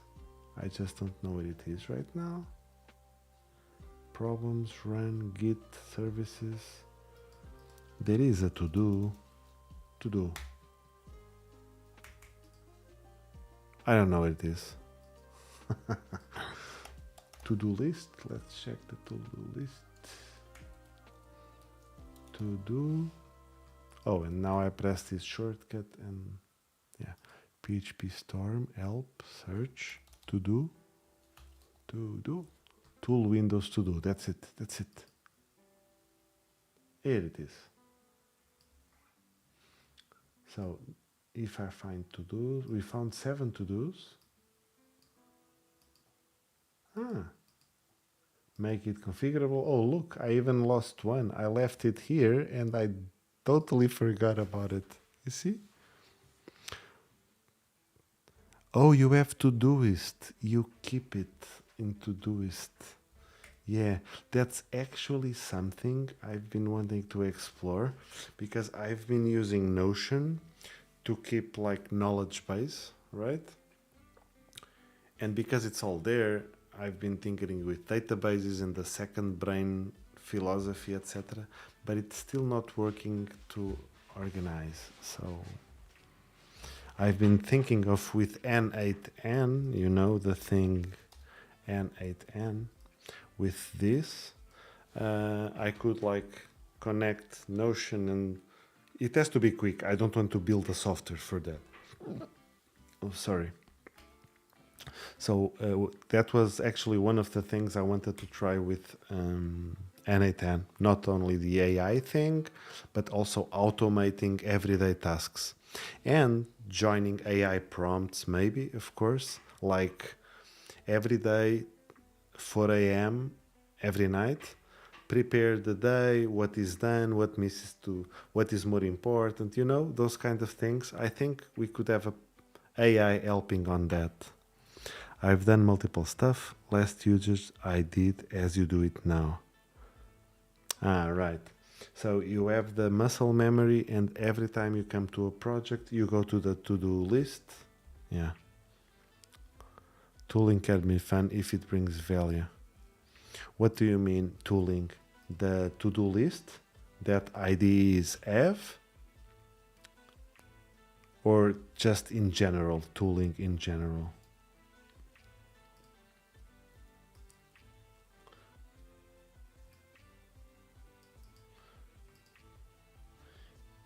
Yes, build tools for automation. Yes, exactly. A lot, a lot. And I think that NA10 has some advantage, which is ready-made stuff that is incredibly time-consuming developing in scripts, right? They have it with drag and drop, and there's some value there. It's impossible to make a great software with NA10 as you can do it with code. So there's pros and cons on every side, of course. Yes, but my muscle memory don't need to handle as many projects as yours. It seems you have more ongoing than me. Well, maybe I'm not counting, but also I don't know your age. I'm 41, so I'm a dinosaur. And yeah, so maybe I'm also getting,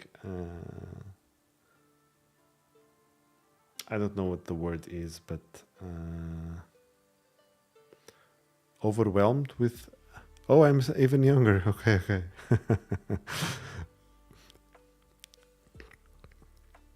No, so you are younger. If you are 35, you are younger. Okay. But not by much, right? So, yeah. So I'm 41 for 1. No. Yeah. Yeah, exactly. So it's like...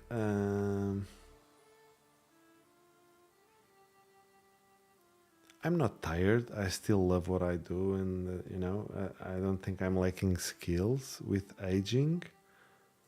But the brain is just not the same. I feel like I really have to find.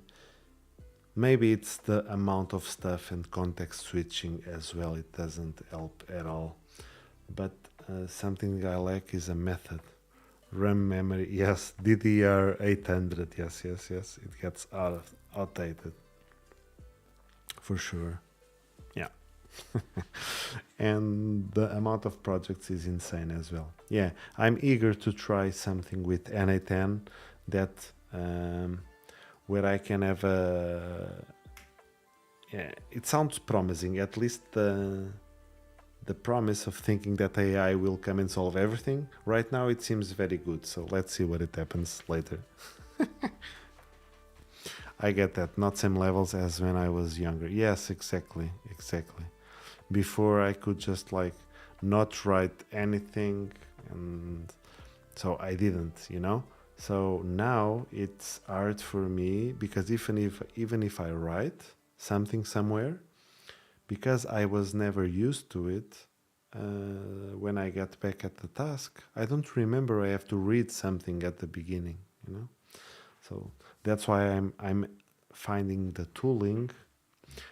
I don't know if you... So I'll share this. I've been doing... I don't know if I can... Of course, nothing secret, but it's private, Notion things. So because, it's recorded and so on. So there are some templates. Where is that? It's from Frank Thomas. Para dashboard. Yeah. I don't know if you have tried Notion, if you like it, for a knowledge base, but what this is I can clone the template, and someday with an NA10 that's what's going to happen. Oh, you use Notion a lot at work. Okay. So Para dashboard is like 4 databases, right? One of them is projects, another one is tasks, notes, and links. And so this is like SQL, right? Project has tasks, and there are some relationships in between, and he assembles a good starting point. I changed it a little bit, but it showed me something really, really nice. And also Para, which is dividing your brain, your total life, you will divide it in Para, meaning projects, areas, resources, and archive. And there's an explanation about Second Brain and Para. I didn't do it extensively, but this template in Notion makes a simple version of that, and it's fantastic. So I'll leave the link if you want to check it out. Or anyone, of course. I think it's just the two of us now, so. But it doesn't matter, maybe people after, yeah. And if I could integrate this with Todoist, you know, because Todoist, it feels like one-off things. So if you want to have like a deep knowledge base, I think Todoist is not the place. But also Notion is not the place for tasks and recurring. I mean, they are trying to make it for everything, but still not. Yeah. Okay, so let's be going. Oh, where are you calling from? Right now it's 2 a.m. here. It took it too long. Yeah. Sprint boards and so on. Yeah, so that's where NA10 would be cool as well, because I have tasks in, oh, from Sweden, so it's even later. Oh, damn. So imagine you have tasks in Notion, you have tasks in Todoist, you have tasks in GitHub, you have tasks in Jira or GitLab, you know? So with NA10, you can grab them from anywhere and have them centralized. So, and then have AI saying, I have this is from my job, this is from my life, blah, blah, blah, hobbies, personal projects, fixing the house, yeah, you know, so. I think I don't know if it's going to work, but yeah, we always like to make systems and so on, but yes, that could be cool, actually, making some custom dashboards from all the tooling we use at work. Yes, exactly, one single place. So if there is one single place for everything, like even the to-dos that are here in all the projects, right? I could be somehow, I mean, it would be hard with a to-do on a file in the project, right? But we have the GitHub CLI, so GH issue create, you know? So we can just make an issue right from the CLI, or I don't know, brief note. If there's a place for everything, I mean, I could have it in Para. Maybe next time I will have a ready page that I can open. I should keep every, yeah, so this is insightful, yeah. Sharing and speaking, it's nice. Yes, of course, but the file to-dos are usually more temporary. Yes, yes, of course. We just have, sorry, we just have to have the muscle memory that checks it. So it's a good test. Let's see if Friday we tackle on it. So Mosiano, thank you so much for the company, and we'll see on the next time, probably Friday, right? Or if not, next week when it's possible to meet. Good night for you as well. Thank you. Have a nice rest. See you soon. Everyone at home. Everyone, we still don't have a goodbye screen, so I think I'll just click stop. Yeah. If I'm by the computer, I'll be there. Yeah. Thank you so much again for the motivation and company. Thank you so much, everyone. Goodbye. See you soon.